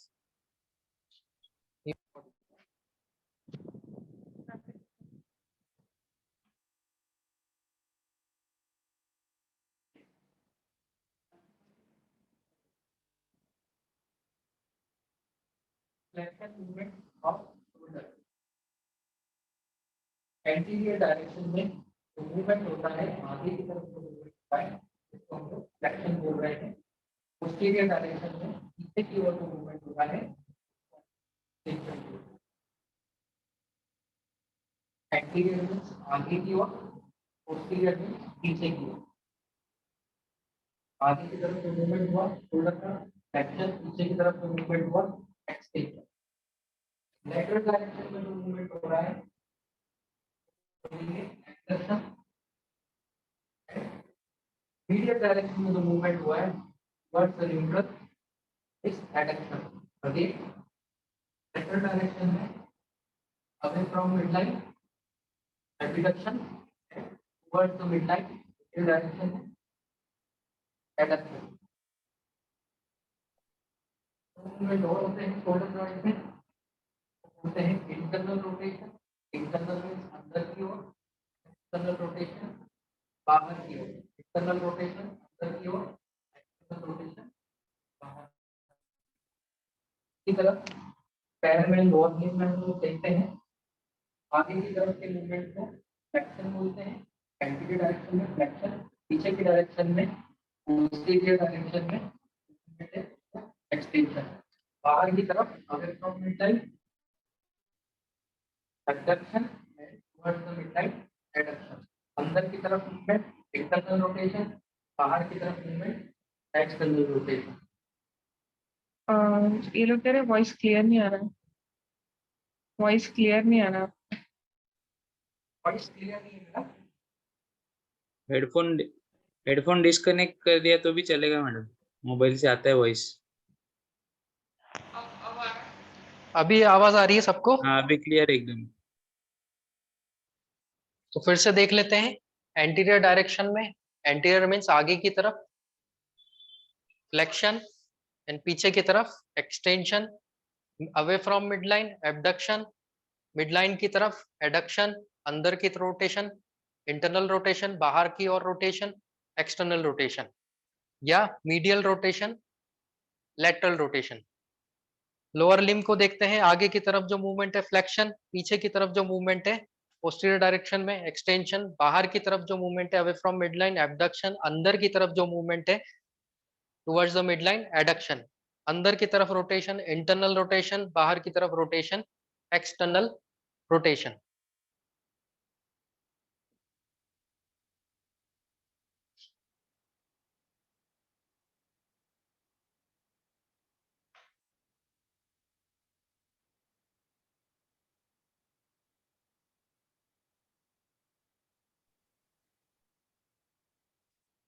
सो ये बायोडायनामिक्स था ह्यूमन बॉडी का, जिसमें हमने मूवमेंट्स देखे। कंफ्यूज होने की जरूरत नहीं है। A for anterior, A for आगे, P for posterior, P for पीछे, अंदर की तरफ इंटरनल, बाहर की तरफ एक्सटर्नल। बाहर की तरफ एक मूवमेंट और, away from midline abduction towards the midline adduction. यदि मिडलाइन से अवे जा रहे हैं तो एबडक्शन, और ऐड कर रहे हैं मिडलाइन की ओर तो एडक्शन। इसमें जो स्लाइड दी है वो बायोडायनामिक्स ऑफ स्पाइन दिया है। अभी स्पाइन का बायोडायनामिक्स देख लेते हैं हम लोग। ये जो दो वर्टिब्रा है, दो हड्डियां, दो वर्टिब्रा स्पाइन की, जब ये आगे की तरफ झुकेगी तो उसको बोलेंगे फ्लेक्शन, जब पीछे की ओर झुकेगी तो उसको बोलेंगे एक्सटेंशन। आगे की तरफ झुकेगी तो फ्लेक्शन, पीछे की तरफ झुकेगी तो एक्सटेंशन। साइड में जब झुकेगी स्पाइन, साइड बेंडिंग जिसको बोलते हैं, उसको lateral flexion towards the left side and lateral flexion towards the right side. जब मैं राइट साइड की तरफ बेंड करूंगा उसको lateral flexion of right side बोलेंगे। जब मैं लेफ्ट साइड की तरफ बेंड करूंगा तो उसको lateral flexion of spine of left side बोलेंगे। और भी मूवमेंट होते हैं स्पाइन के अंदर, rotation, rotation towards left side and rotation towards right side. So कितने मूवमेंट देखे हैं आपने? आगे की तरफ फ्लेक्शन, पीछे की तरफ extension, lateral flexion and rotation. सभी को समझ में आ गया? जी सर, रिवाइज करना पड़ेगा बेटा सर। रिवीजन की जरूरत है इसमें? जी नहीं सर, वीडियो रिवाइज कर लेंगे। ठीक है, आगे की स्लाइड देखते हैं, बायोडायनामिक्स ऑफ स्पाइन वाली slide. Just a minute.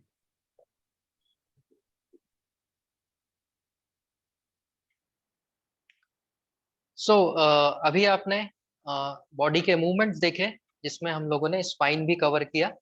Spine जो है वो 3 डायमेंशनल मूवमेंट पैटर्न को फॉलो करता है। 3 डायमेंशनल का मतलब होता है चारों दिशाओं में स्पाइन आपका मूव करता है, आगे पीछे साइड में एंड रोटेशन। यहाँ पे जो आपको सेकंड नंबर का जो पैराग्राफ दिख रहा है, जो डायग्राम दिख रहा है, उसमें एक स्ट्रक्चर है लोअर लिम्ब में कुछ रेड कलर के, इसको हम लोग समझते हैं।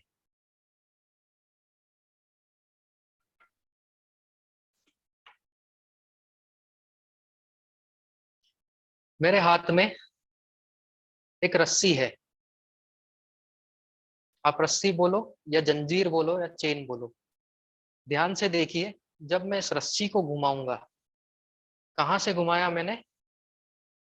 ऊपर से घुमाया, टॉप एंड से घुमाया, तो क्या हुआ? पूरी रस्सी नीचे तक घूम गई। जब मैं टॉप एंड से इस रस्सी को, इस चेन को घुमाऊंगा, तो नीचे तक पूरी रस्सी घूम गई। इसी तरह से जब मैं नीचे से रस्सी को घुमाऊंगा, तो ऊपर तक पूरी रस्सी घूम गई। क्या मतलब हुआ दोस्तों इसका? आपका जो स्पाइनल कॉर्ड है, या सॉरी, आपका जो ह्यूमन बॉडी है, वो एक रस्सी के जैसा, एक चेन के जैसा काम करता है। उस डायग्राम को फिर से लाइए आशीष जी। जो आपका ह्यूमन बॉडी है, वो एक चेन सिस्टम के जैसे काम करता है, वो एक रस्सी के जैसे काम करता है। मैं मॉडल पे भी आपको बताऊंगा कि कैसे एक हिस्से का रोटेशन दूसरे हिस्से के रोटेशन को अफेक्ट कर देता है। फॉर एग्जाम्पल, आपके एंकल में यदि चोट लगी, तो आपके घुटने में भी दर्द आ जाएगा, आपकी कमर में भी दर्द आ जाएगा, आपकी गर्दन में भी दर्द आ जाएगा। अब आप पूछेंगे कि चोट तो एंकल में लगी, तो गर्दन में दर्द कैसे आ गया? इसका जवाब ये है कि body is a one unit. Body एक यूनिट के जैसे काम करती है, जो अलग नहीं है। सारे जॉइंट्स, सारी मसल्स आपस में एक दूसरे से जुड़े हुए होते हैं, एक चेन की तरह। एंकल जॉइंट चेन का लोअर हिस्सा है। जब एंकल जॉइंट ट्विस्ट हो जाएगा, चेन का लोअर हिस्सा ट्विस्ट हो जाएगा, तो ऊपर तक पूरी बॉडी ट्विस्ट हो जाएगी। इसलिए एंकल में पेन होने की वजह से घुटने में, जांघों में, कमर में, शोल्डर में और गर्दन में पेन आने की संभावना होती है। अब मॉडल पे देखते हैं किस तरह से एंकल जॉइंट में एंकल जॉइंट से गर्दन में असर आता है।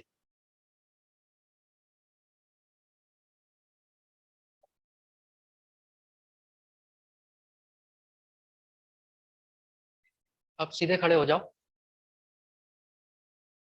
आपको सिर्फ अपना एंकल ऐसे घुमाना है, एडी को ऐसे घुमाना है। देखिए दोस्तों, अभी क्या हुआ, इस मॉडल ने अपने एंकल को लेटरल डायरेक्शन में ट्विस्ट किया। उससे आप क्या देख सकते हैं? इसकी जो काफ मसल है, जो जिसको हम लोग पिंडली बोलते हैं, या टीबिया बोन जो है, वो भी ट्विस्ट हो गई। इसके साथ साथ इनकी जो जांग है, इनकी जो फीमर है, वो भी अंदर की तरफ घूम गई। इस वजह से इनकी जो कमर है, वो भी ट्विस्ट हो गई। इस वजह से इनके शोल्डर भी ट्विस्ट हो गए, और गर्दन भी एक डायरेक्शन में ट्विस्ट हो गया। अब यदि ये बंदा इसी पोजीशन में चलते रहेगा, तो कुछ दिन बाद इसको एंकल में दर्द तो होगा ही, घुटनों में भी दर्द होगा, हिप जॉइंट में भी दर्द होगा, कमर में भी दर्द होगा, कंधों में भी दर्द आएगा और गर्दन में भी दर्द आएगा, क्योंकि सारे के सारे जॉइंट्स मिस अलाइनमेंट में चले गए। हम एज ए मैनुअल थेरेपिस्ट क्या करते हैं? हम एज ए मैनुअल थेरेपिस्ट, इनकी गर्दन में यदि दर्द है, ये बंदा यदि गर्दन का दर्द लेके आया है, तो मैं सबसे पहले क्या देखूंगा? मैं सबसे पहले उनका एंकल देखूंगा कि एंकल में तो गड़बड़ नहीं है, क्योंकि हम लोगों को रूट कॉज पे काम करना है, जड़ कारण पे काम करना है।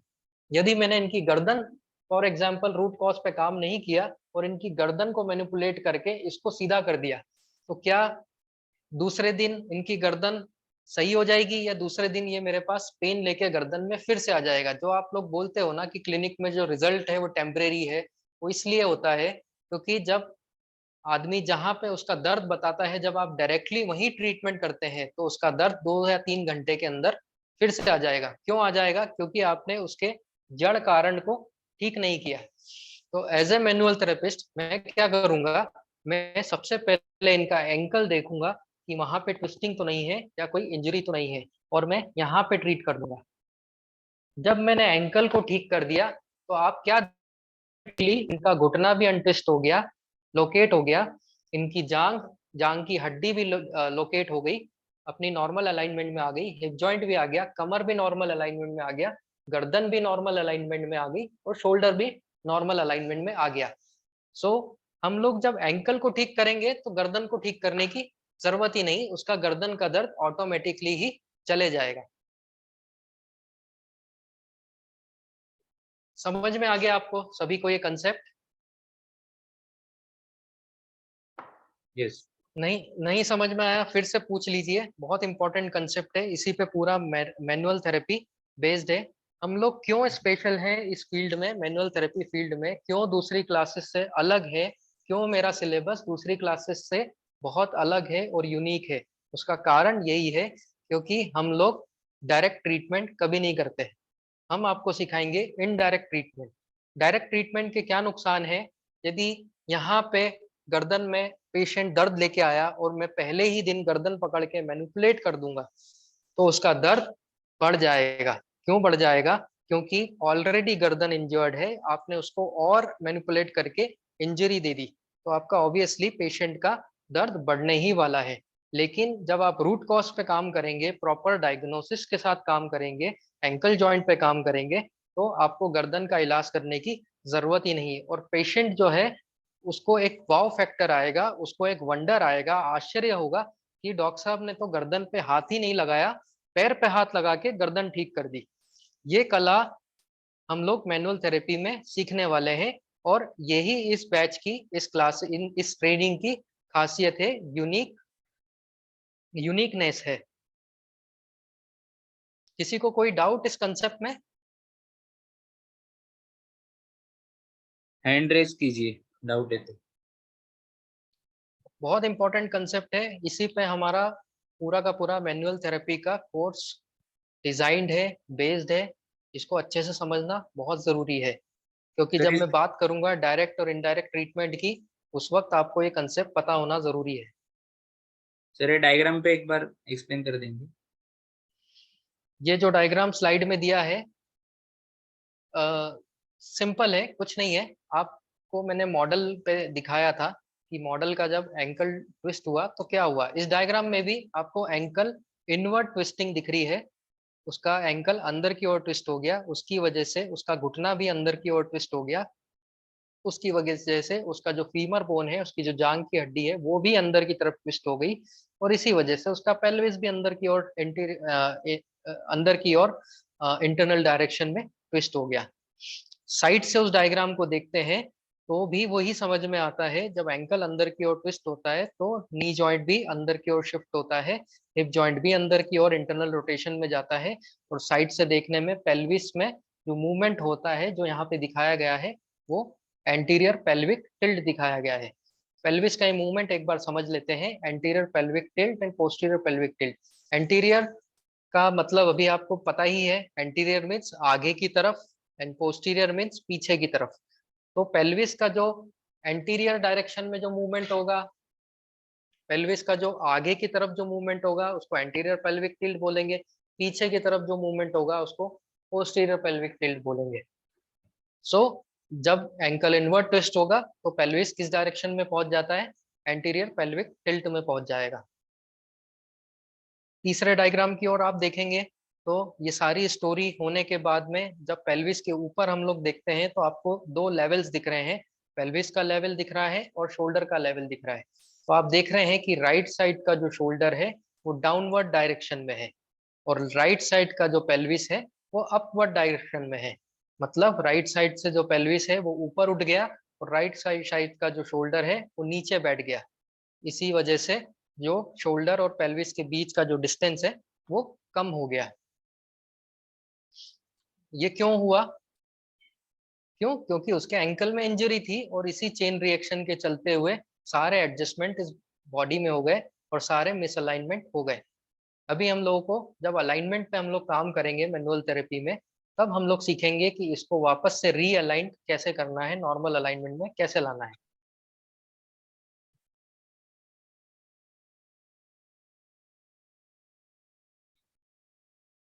फर्स्ट वाला जो डायग्राम आप देख रहे हैं ये एक पोस्चर का डायग्राम है।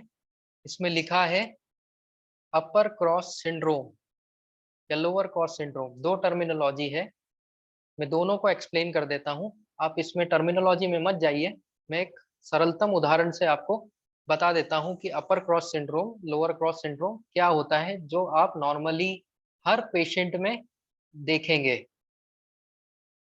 आप जब रास्ते पे जा रहे हैं, आप ह्यूमन बॉडी को जब ऑब्जर्व करते हैं तो हर आदमी दो सिंड्रोम से ग्रसित होता है, या तो वो अपर क्रॉस सिंड्रोम से ग्रसित होगा या लोअर क्रॉस सिंड्रोम से ग्रसित होगा। अपर क्रॉस सिंड्रोम अपर बॉडी में होता है, lower cross syndrome lower body में होता है। तो अपर क्रॉस सिंड्रोम में क्या होता है, आप एक सॉफ्टवेयर इंजीनियर को देखिए, उसका पोस्चर देखिए, वो कैसे बैठता है, वो ऐसे झुक के बैठता है। तो जब वो झुक के बैठेगा तो उसके शोल्डर आगे की ओर प्रोट्रूड हो जाएंगे। उसके शोल्डर आगे की ओर प्रोट्रूड होने से उसका नेक भी आगे की ओर प्रोट्रूड हो जाएगा। इस तरह से सॉफ्टवेयर इंजीनियर बैठते हैं। इस पोस्चर को बोला जाता है प्रोट्रूडेड पोस्चर, या मैनुअल थेरेपी की लैंग्वेज में उसको बोला जाता है अपर क्रॉस सिंड्रोम। इसी तरह से लोअर क्रॉस सिंड्रोम देखते हैं। लोअर क्रॉस सिंड्रोम में क्या होता है,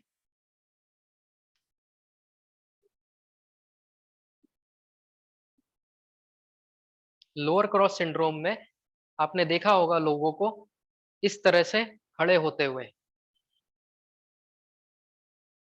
जो आगे की तरफ पेल्विस को शिफ्ट करके खड़े होते हैं, इसको बोलते हैं लोअर क्रॉस सिंड्रोम। जनरली लोगों की आदत होती है कंफर्टेबल पोजीशन में खड़े होने की, तो वो इस तरह से जब खड़े होते हैं तो उनको क्या बीमारी हो जाती है, कौन सा डिसऑर्डर हो जाता है, लोअर क्रॉस सिंड्रोम।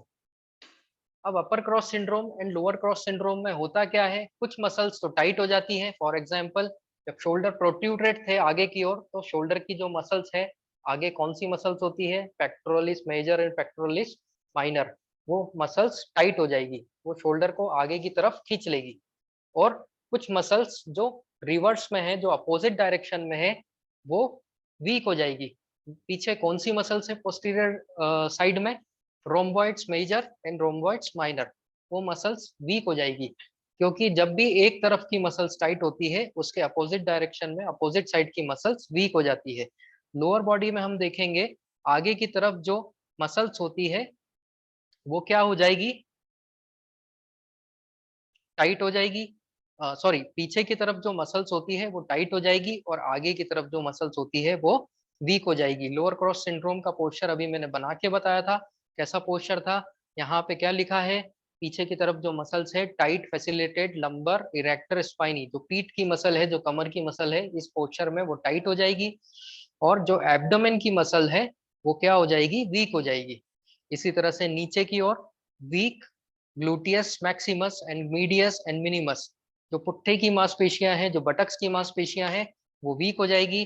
और आगे की जो मांसपेशियां हैं, जो हिप फ्लेक्सर्स हैं, वो टाइट हो जाएगी।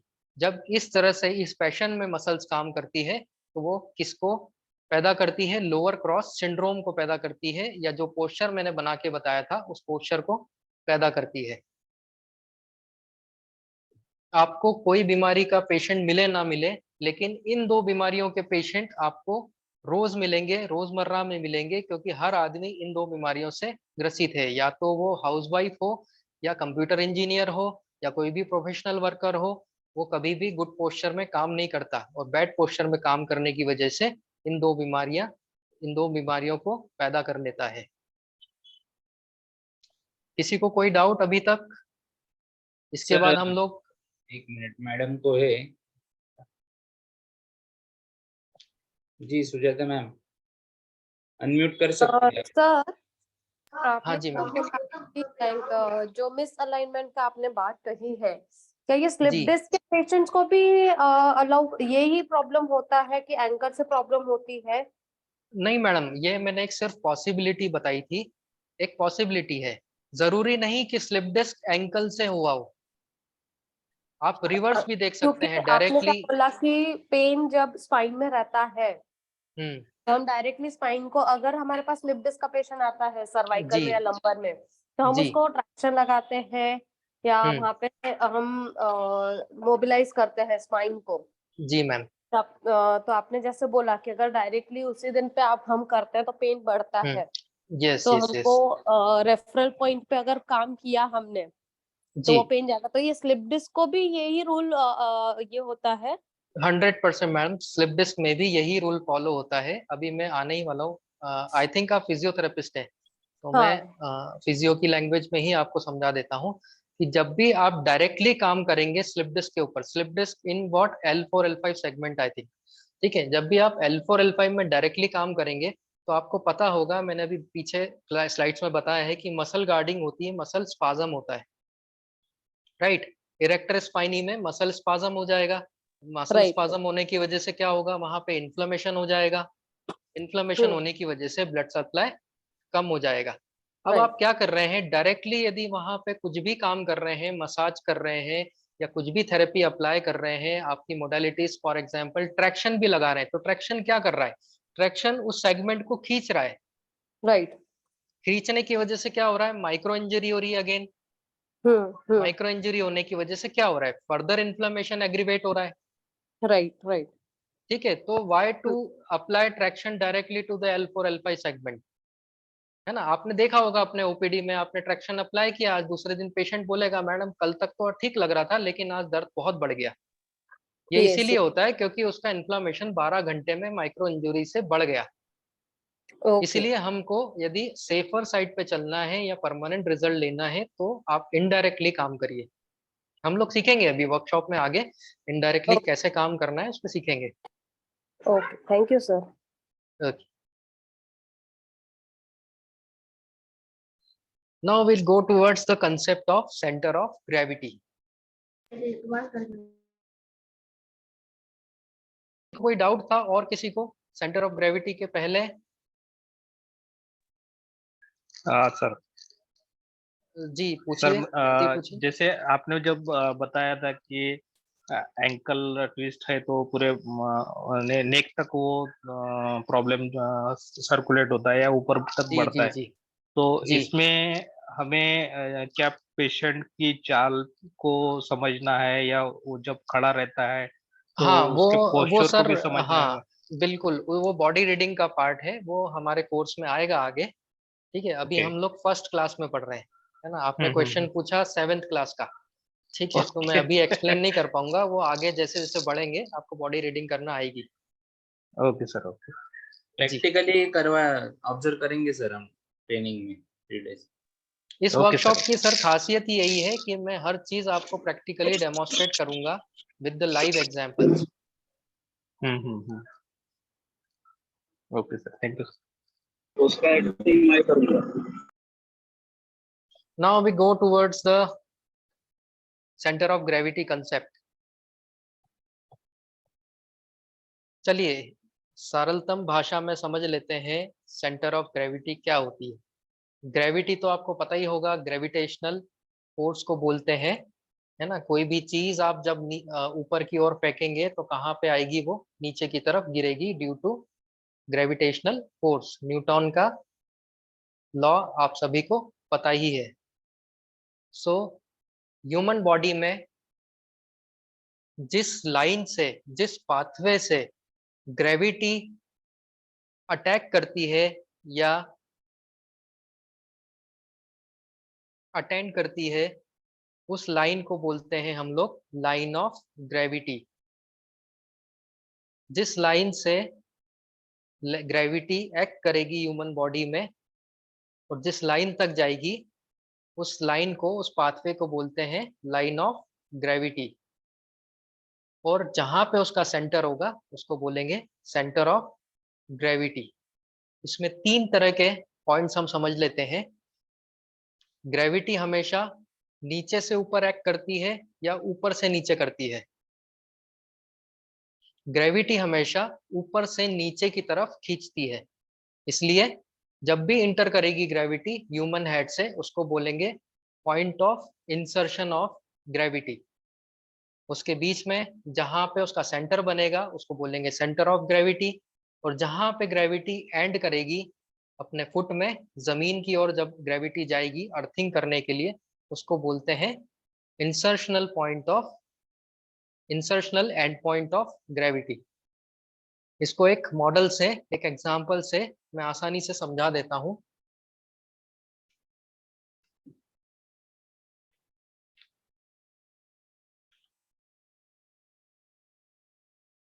इस स्ट्रक्चर को आप देख रहे हैं, ये एक बॉटल है। यहां से, ये फॉर एग्जांपल ह्यूमन बॉडी है, यहां से लाइन ऑफ ग्रेविटी इंटर करेगी और सेंटर से होते हुए जाएगी। तो जो इसका सेंटर होगा, सेंटर पॉइंट होगा, यहाँ पे इसका सेंटर ऑफ ग्रेविटी है। एंड जहां पे ये एंड करेगी जमीन में, वहां पे and point of insertional point of gravity है।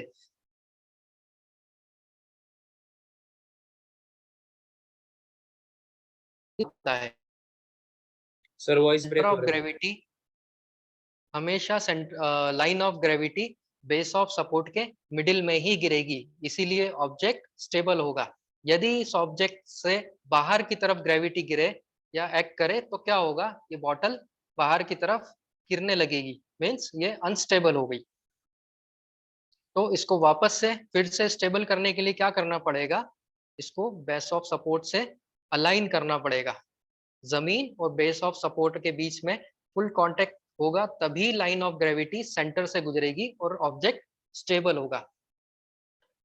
इसी तरह से ह्यूमन बॉडी में जो सेंटर ऑफ ग्रेविटी होता है वो कहाँ पे होता है, just near to the L4 L5 spinal segment, just near to the या anterior side of the anterior side of the L4 L5 spinal segment, यहाँ पे centre of gravity human body का बनता है। इसीलिए बोला जाता है कि सबसे ज्यादा जो कॉमन जो स्लिप डिस्क होती है वो L4 L5 सेगमेंट में होती है। क्यों होती है, क्योंकि वहां पे सेंटर ऑफ ग्रेविटी फॉल करती है, यहाँ वहां पे ग्रेविटी का सेंटर बनता है। एक और उदाहरण से समझते हैं।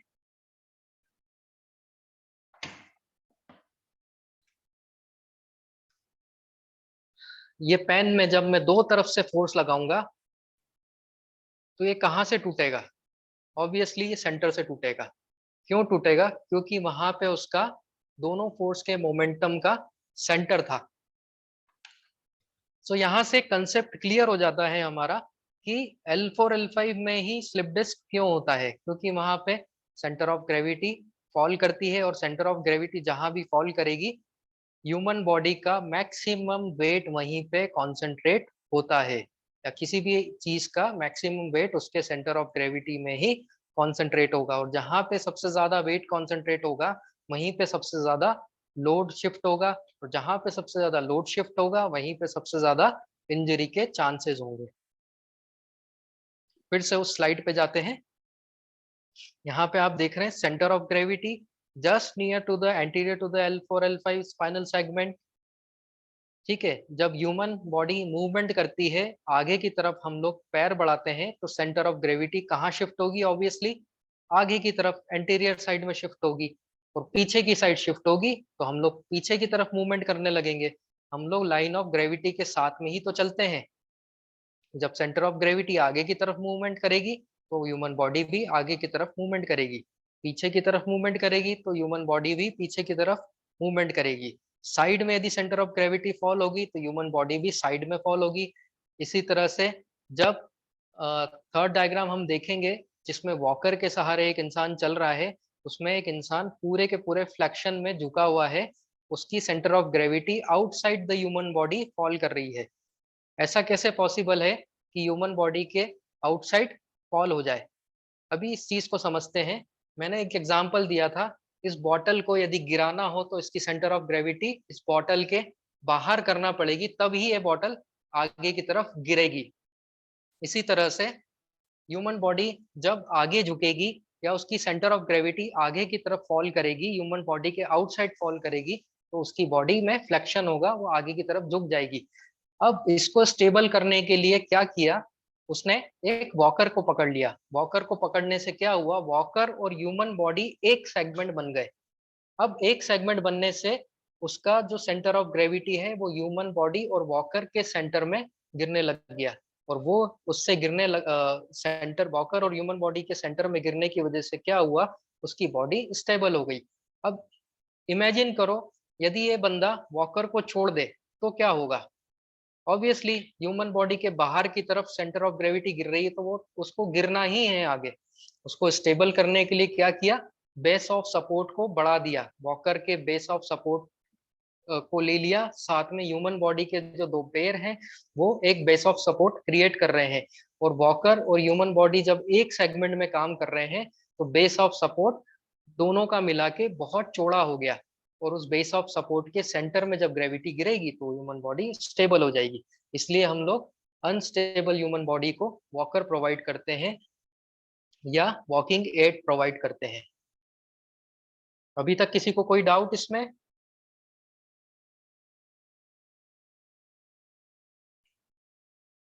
नहीं है? डाउट हैंड रेज करना है, फिर मैं उनको अलाउ करूंगा अनम्यूट के लिए। हैंड रेज का ऑप्शन होता है, आप अनम्यूट कर सकते हैं।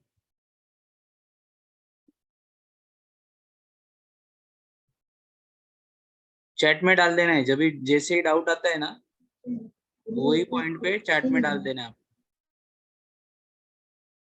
सर चलो आगे। चलिए, मैं ये सारी चीजें इसलिए बता रहा हूँ क्योंकि ये सारी चीजें आपको मैनुअल थेरेपी की प्रैक्टिस में काम आएगी। कैसे पेशेंट को स्टेबल पोजीशन में लेटाना है, कैसे अपने आप को स्टेबल पोजीशन में रखना है, कैसे बेस ऑफ सपोर्ट आपको बढ़ाना है, किस पोजीशन में आप वर्क करेंगे तो सेंटर ऑफ ग्रेविटी सेंटर में गिरेगी, जिससे आपको इंजरी के चांसेस कम होंगे, या पेशेंट पे कम फोर्स लगाना पड़ेगा, या आपको ज्यादा एफिशिएंसी के साथ काम कर पाओगे। इसलिए सारे कंसेप्ट मैं आपको बता रहा हूँ। जैसे जैसे आप आगे की कक्षाओं में, आगे की क्लासेस में बढ़ेंगे, आपको सारी चीजें रिकलेक्ट हो जाएगी। नाउ हम लोग देखते हैं गुड एंड बैड पोस्चर्स। आप सभी को पता होगा, जो नेचुरल पोस्चर ऊपर वाले ने आपको दिया है उससे थोड़ा सा भी अप एंड डाउन करेंगे तो वो बैड पोस्चर बन जाता है। ऊपर वाले ने आपको एक गुड पोस्चर के साथ में भेजा था, लेकिन आपने उसको अपने मॉडिफिकेशन से बैड पोस्चर में कन्वर्ट कर दिया। जो लास्ट डायग्राम आप देख रहे हैं वो गुड पोस्चर है, और जो रेड लाइन उसमें आप देख रहे हैं वो सेंटर ऑफ ग्रेविटी की लाइन है। जिस भी पोस्चर में सेंटर ऑफ ग्रेविटी या line of gravity human body के अंदर और ग्रेविटी के सेंटर से गुजरेगी और बेस ऑफ सपोर्ट के बीच में फॉल करेगी, वो पोस्चर हमेशा गुड पोस्चर होगा। फिर से बोलता हूं, जिस भी ह्यूमन बॉडी में line of gravity centre of gravity से गुजर के बेस ऑफ सपोर्ट के बीच में गिरेगी, वो पोस्चर हमेशा गुड पोस्चर होगा, भले ही वो स्टैंडिंग का पोस्चर हो, सिटिंग का पोस्चर हो, या कोई काम करने का पोस्चर हो। दूसरे डायग्राम में देखेंगे कि फॉरवर्ड हेड लिखा है। इस पोस्चर में क्या हुआ, उसकी गर्दन आगे की तरफ चली गई। अब क्या उसकी line of gravity centre of gravity से गुजरेगी? बिल्कुल नहीं, उसकी line of gravity anterior side में शिफ्ट हो जाएगी, इसीलिए उसकी गर्दन भी आगे की तरफ शिफ्टेड है, या ऐसा बोला जाए कि गर्दन आगे की तरफ शिफ्ट होने से लाइन ऑफ ग्रेविटी आगे की तरफ शिफ्ट हो गई और उसकी बेस ऑफ सपोर्ट के बीच में अब वो नहीं रही। इस पोस्चर में क्या होगा, इंस्टेबिलिटी आ जाएगी। ये पोस्चर स्टेबल पोस्चर नहीं है, लेकिन हम लोग जब ये bad posture forward head posture adapt कर लेते हैं तो क्या होता है, एक अनस्टेबल पोस्चर के साथ में काम करते रहते हैं, जीते रहते हैं, जिससे क्या होगा, पेन्स आएंगे, इंजरीज के चांसेस हो जाएंगे। पेन किस तरह के आएंगे, सर्वाइकल स्पाइन को आप देखिए तो उसका जो सर्वाइकल स्पाइन है वो आगे की तरफ शिफ्टेड है, यहाँ पे सर्वाइकल स्पॉन्डिलाइटिस होने का मैक्सिमम चांसेस बन गया है। तीसरे पोस्चर में हम लोग देखते हैं काइफोटिक पोस्चर या थोरेसिक काइफोसिस। इसमें भी सेम चीज हो रही है, जो डॉर्सल स्पाइन को आप देखेंगे वो फ्लेक्शन में है, वो आगे की तरफ झुका हुआ है। आगे की तरफ झुके हुए होने से उसकी लाइन ऑफ ग्रेविटी आगे की तरफ गिरेगी और बेस ऑफ सपोर्ट के बीच में ना रह के आगे की तरफ फॉल करेगी। जब लाइन ऑफ ग्रेविटी आगे की तरफ फॉल करेगी तो ऑब्वियसली अनस्टेबल पोजीशन बनाएगी, और जब हम लोग अनस्टेबल पोजीशन में काम करते रहेंगे विदाउट ट्रीटिंग इट तो दर्द पैदा हो जाएगा। कैसा दर्द पैदा हो जाएगा, यहाँ पे कमर दर्द हो सकता है, पीठ का डॉर्सल स्पाइन का पेन हो सकता है, नी जॉइंट का अर्थराइटिस हो सकता है, एंकल जॉइंट का अर्थराइटिस हो सकता है, एंड सो ऑन। चौथे पोस्चर में हम लोग देखेंगे लंबर लॉर्डोटिक पोस्चर या हाइपर लॉर्डोटिक पोस्चर इसको बोला जाता है। इसमें लंबर स्पाइन का जो पोस्चर है वो देखेंगे आप एक्सटेंशन में है, पीछे की तरफ लंबर स्पाइन झुका हुआ है। जब लंबर स्पाइन पीछे की तरफ झुकेगा तो क्या होगा, उसकी लाइन ऑफ ग्रेविटी आगे से गिरेगी या पीछे से गिरेगी, पीछे से गिरेगी, पोस्टीरियर साइड में गिरेगी, और बेस ऑफ सपोर्ट के पीछे की तरफ गिरने से बेस ऑफ सपोर्ट अनस्टेबल हो जाएगा, ह्यूमन बॉडी अनस्टेबल हो जाएगी, और इसी पोस्चर में जब काम करेंगे तो कमर दर्द या स्लिप डिस्क होने का चांस हो जाएगा। चौथा पोस्चर, पांचवा पोस्चर जो है स्वॉबेक पोस्चर है।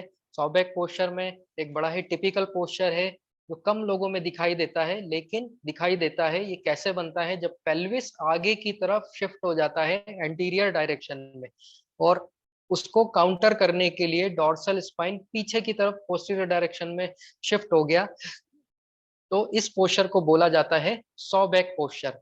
इसमें क्या क्या इंजरीज के चांसेस हैं? इसमें सर्वाइकल हो सकता है, स्लिप डिस्क हो सकती है, नी का अर्थराइटिस हो सकता है। आप देखेंगे पांचवें बंदे के जो पैर है, जो घुटने हैं, वो फ्लेक्शन पोजीशन में मुड़े हुए हैं। इससे इसी पोजीशन में यदि वो चलता रहेगा तो उसको घुटने का अर्थराइटिस हो जाएगा, उसके घुटने घिसने लग जाएंगे। और भी बहुत सारे डिसऑर्डर्स हो सकते हैं। कुल मिला के समरी ये थी कि जब गुड पोस्चर कब बनता है? जब line of gravity centre of gravity से गुजर के बेस ऑफ सपोर्ट के सेंटर में गिरती है, तो ही उस पोस्चर को हम लोग गुड पोस्चर बोलते हैं। इसी तरह से जब पोस्चर मॉडिफिकेशन पढ़ेंगे हम लोग, तो क्या करेंगे?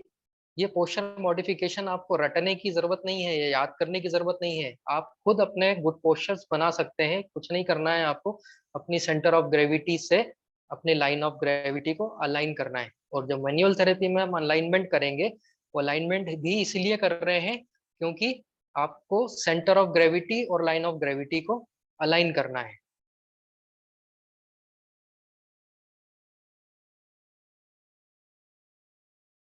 नेक्स्ट स्लाइड पे जाएंगे।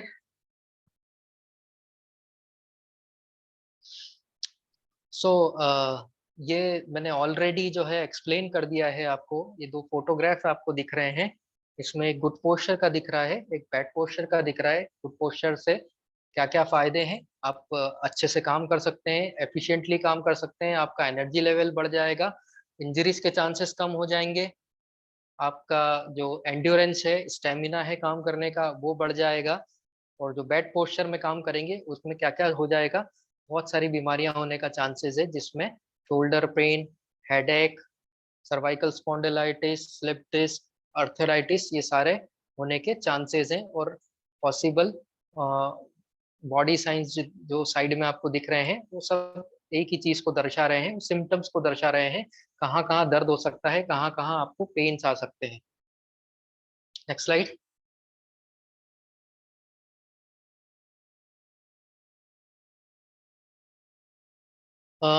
हमारे पास अब हमने एनाटॉमी देख लिया, रिलेवेंट फिजियोलॉजी देख लिया, एंड रिलेवेंट उसका बायोडायनेमिक्स एंड अर्गोनॉमिक्स भी देखा।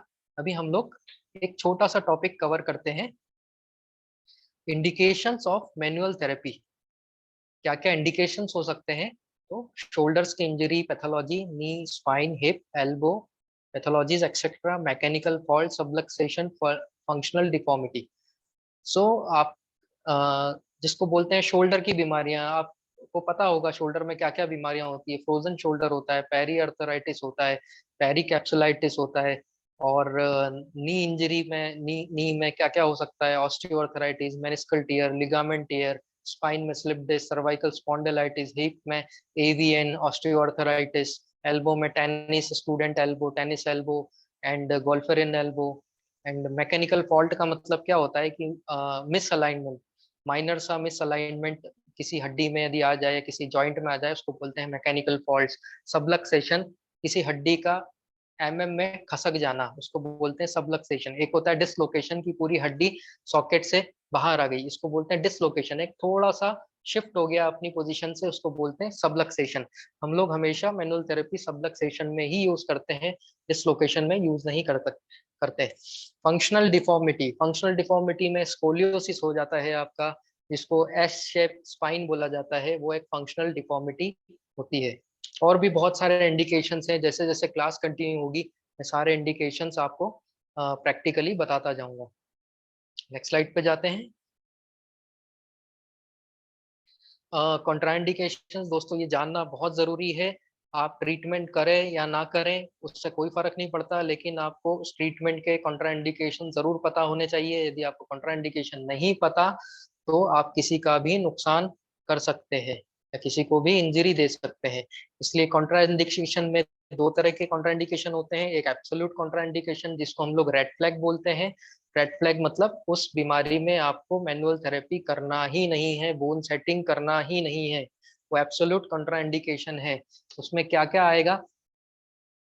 उसमें आएगा एनी काइंड ऑफ बैक्टीरियल और viral infection, open wound, malignancy, cancer and fracture, recent fracture हुआ हो, उसमें कोई रिसेंट वुंड हुआ हो, परसिस्टेंट सीवियर पेन, कोई बहुत ही ज्यादा दर्द में है जो ना उससे उठा जा रहा है ना बैठा जा रहा है, वो किसी भी पोजीशन में उसको आराम नहीं है, उसमें एब्सोल्यूट कॉन्ट्राइंडिकेशन है। इसमें sutures over the treatment area, जहाँ पे सर्जरी हुई है वहां पे आपको ट्रीटमेंट नहीं करना है, हिमेटोमा है, कोई क्लॉट अंदर बना है उसमें ट्रीटमेंट नहीं करना है, acute chronic acute circulatory conditions जिसमें डीवीटी आता है, डीप वेन थ्रोम्बोसिस, उसमें एब्सोल्यूट कॉन्ट्राइंडिकेशंस हैं, and stroke. Stroke means sudden cardiac stroke हुआ हो या पैरालिटिक स्ट्रोक हुआ हो, उस कंडीशन में आपको ये मैनुअल थेरेपी या बोन सेटिंग नहीं करना है। एंड फेबाइल स्टेट, फेबाइल स्टेट मीन्स बहुत ही वीकनेस यदि किसी मरीज में है, जिस मरीज में मसल पावर 3 के अंडर है, उस पेशेंट में आपको ये मैनुअल थेरेपी नहीं करने का है। Relative contraindication means yellow flag. Yellow flag का मतलब होता है कि कर सकते हैं पर कॉशंस के साथ में, जिसमें प्रेगनेंसी हो गया।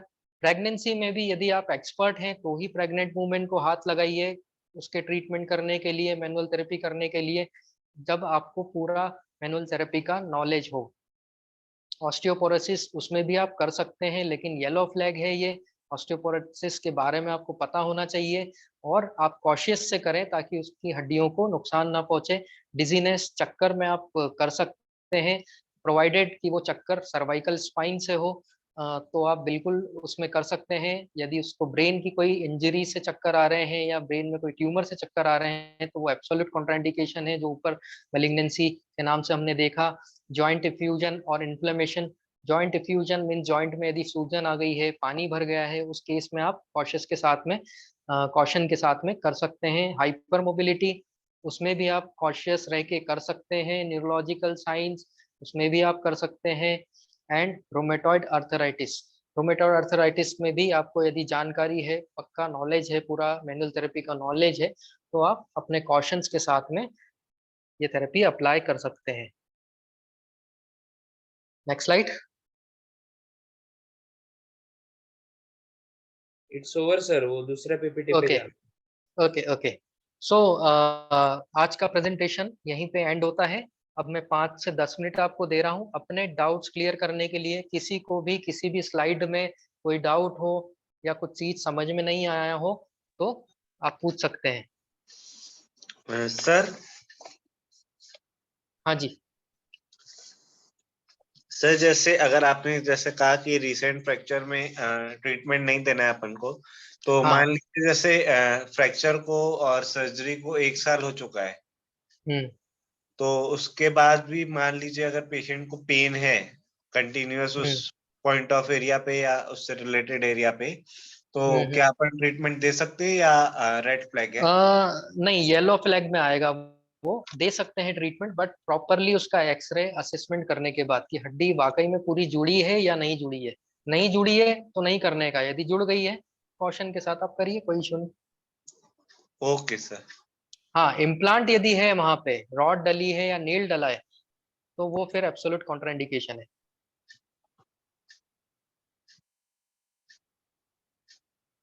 Sir next question. Epileptic person अगर जो है, पेशेंट अगर जो है जिसकी हम्म। पूरी अभी दवाई वगैरह वो भी पूरा खत्म हो गया है और जो ओके हो गया है, तो उसको अपन कायरो हाँ, कर सकते हैं क्या? बिल्कुल कर सकते हैं सर, कॉशन के साथ में करिए। उसको एपिलेप्सी का अटैक उस समय नहीं हुआ हो तब आप कर सकते हैं। एपिलेप्सी के अटैक के दौरान आप उसको नहीं कर सकते। दूसरी चीज, पेशेंट जो है स्टेबल होना चाहिए, उसका नर्वस सिस्टम और उसका सीएनएस जो है, सेंट्रल नर्वस सिस्टम, वो स्टेबल होना चाहिए। क्योंकि कई बार क्या होता है, जब आप जर्ग देंगे तो पेशेंट घबरा जाता है, और जब पेशेंट घबरा जाएगा एपिलेप्सी का तो उसको एपिलेप्सी अटैक हो सकता है। तो ओके पेशेंट को प्रॉपर एजुकेट करके आप कर सकते हैं। ओके ओके सर, ठीक है। सर, जैसे कि अभी मैंने पेशेंट के बारे में बताया, जैसे सर्जरी हुई है, हम्म तो उसका डायग्नोसिस कैसे करेंगे कि ये रेड फ्लैग में आ रहा है या येलो फ्लैग में आ रहा है? सर उसका डायग्नोसिस ऐसे होगा कि आपको यदि अपने आप पे कॉन्फिडेंस है कि मैं जी। इसको कर सकता हूँ और कोई नुकसान नहीं पहुंचाऊंगा, या उसकी रिपोर्ट्स यदि आपको अलाउ कर रही है कि उसकी वाइटल साइन जो है, वाइटल्स उसके प्रॉपर है, स्टेबल है, तो आप उसको करिए। यदि उसके वाइटल्स गड़बड़ हैं, मान लो उसका डायबिटीज शूट अप हो रखा है या बीपी शूट अप हो रखा है, उस केस में आपको नहीं करने का है। सर Am I इसकी clear? डिटेलिंग में ओके इसकी सर, ओके। डिटेलिंग में ऑलरेडी हम प्रैक्टिकल ट्रेनिंग सेशन में जाने वाले हैं। वो सब प्रैक्टिकल में एक बार देखेंगे ही। ये थ्योरी सेशन इसलिए कंप्लीट कर रहे हैं कि प्रैक्टिकल में आपको ज्यादा से ज्यादा टाइम मिले। Okay, it's a part of syllabus. The BSS examination we are going to conduct. Okay. So, sir, next जो PPT रहेगा हाँ वो जी। आज करना है कि अ, प्रैक्टिकल में करना है? नहीं नहीं, वो मेरे ख्याल से प्रैक्टिकल में करें तो ज्यादा अच्छा है, क्योंकि नेक्स्ट पीपीटी जो है वो बायोमैकेनिक्स का है। ओके। ठीक है, तो बायोमैकेनिक्स का जो पीपीटी है वो जब प्रैक्टिकल होंगे मैनुअल थेरेपी के, उसके साथ ही समझेंगे लोग तो उनके दिमाग में उतरेगा। जी नहीं जी। तो अभी वो सब भूल जाएंगे। अब हाँ यहाँ पे जो इसमें फिजियोथेरेपिस्ट हैं उनको तो बायोमैकेनिक्स इजीली आता होगा या आ जाएगा, लेकिन जो नॉन फिजियोज है उनके ओवरहेड बाउंसर चले जाएगा, नहीं करेक्ट इसलिए है। इसको प्रैक्टिकल में देंगे। Okay sir, nice session. Sir Yogesh ji पूछिए। Sir out of the box question पूछ रहा हूँ। ये हाँ पीपीटी जी, पूछिए। के लिए और जो पीपीटी में चार्ट है वो हमारे जी। ओपीडी में लगाने के लिए मिल सकते हैं प्रैक्टिकल टाइम पे? सर उसमें आपको प्रिंट आउट दे दिया, सॉरी वो दे दिया जाएगा, सॉफ्ट कॉपी दे दिया जाएगा डायग्राम्स का, तो आप उसका हाँ। प्रिंट आउट निकलवा के लगा सकते हैं। नहीं नहीं, मैं इसलिए ये पूछा कि बड़े जो चार्ट ऐसे आते हैं ना, जैसे कि बच्चों के एबीसीडी के आते हैं, वैसे अगर ऐसे चार्ट आपके पास हम यानी परचेज भी है तो लेने के लिए भी ठीक है, कि बड़े नहीं सर, रहेंगे तो। एक्चुअली क्या है ना, बड़े चार्ट आते नहीं है, वो आपको बनवाना पड़ते हैं। आपका यदि कोई प्रिंटिंग वाला पहचान का हो तो उससे वो डिजाइन करवाना हाँ। पड़ेगा, क्योंकि जनरली चार्ट जो है A3 साइज से ऊपर नहीं आते। ओके ओके, ठीक है। मुझे हम अगर लोगों ने सॉफ्ट भी कॉपी मिल डिजाइन कर, हाँ सॉफ्ट कॉपी दे देंगे। हम लोगों ने भी डिजाइन करवाए हैं चार्ट्स, जो आप क्लिनिक में देख रहे हैं मेरे, ये सब चार्ट डिजाइन करवाए हैं। ओके ओके, मैंने कुछ किए थे मेरे डिजाइनर से, अगर पॉसिबल है तो आने से पहले मैं करके हाँ वो किसी को सॉफ्ट चाहिए कॉपी दे तो देंगे start आपको। हाँ, एनी क्वेश्चन रिगार्डिंग सेशन? आशीष, होप ये सेशन भी यूट्यूब पे अपलोड होगा। सर ये यूट्यूब पे नहीं जाएगा, ये सर्वर पे जाएगा।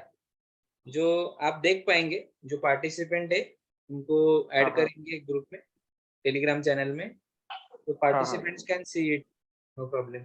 ओके ओके, क्योंकि मैं अभी जो सरकार चल रहा था बहुत सारी अच्छी चीजें बता रहे थे, लेकिन मैं पेशेंट को ट्रीट कर रहा तो मैं मिस कर नहीं सर, आ गया जाएगा वो ये। point।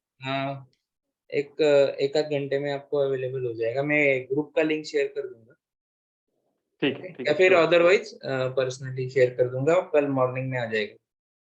ठीक है, दिक्कत नहीं। Okay okay sir, okay, let's conclude. Am I thank you. Okay. So यहाँ पे जितने फिजियोज हैं, होप उन कोई डाउट नहीं होगा उनको, ये मैं मान के चल रहा हूँ। और वंडरफुल भी कोई, सेशन सर। ओके, और भी कोई आपके सेशन से रिगार्डिंग कोई डाउट हो तो आप नोट करके रखिएगा। जब हम लोग प्रैक्टिकल सेशंस में मिलेंगे तो आपके सारे डाउट्स एंड क्वेरीज क्लियर कर दिए जाएंगे। Good sure. Night to everyone. Good night sir. Good night sir. Good night sir. Good night Ashish sir.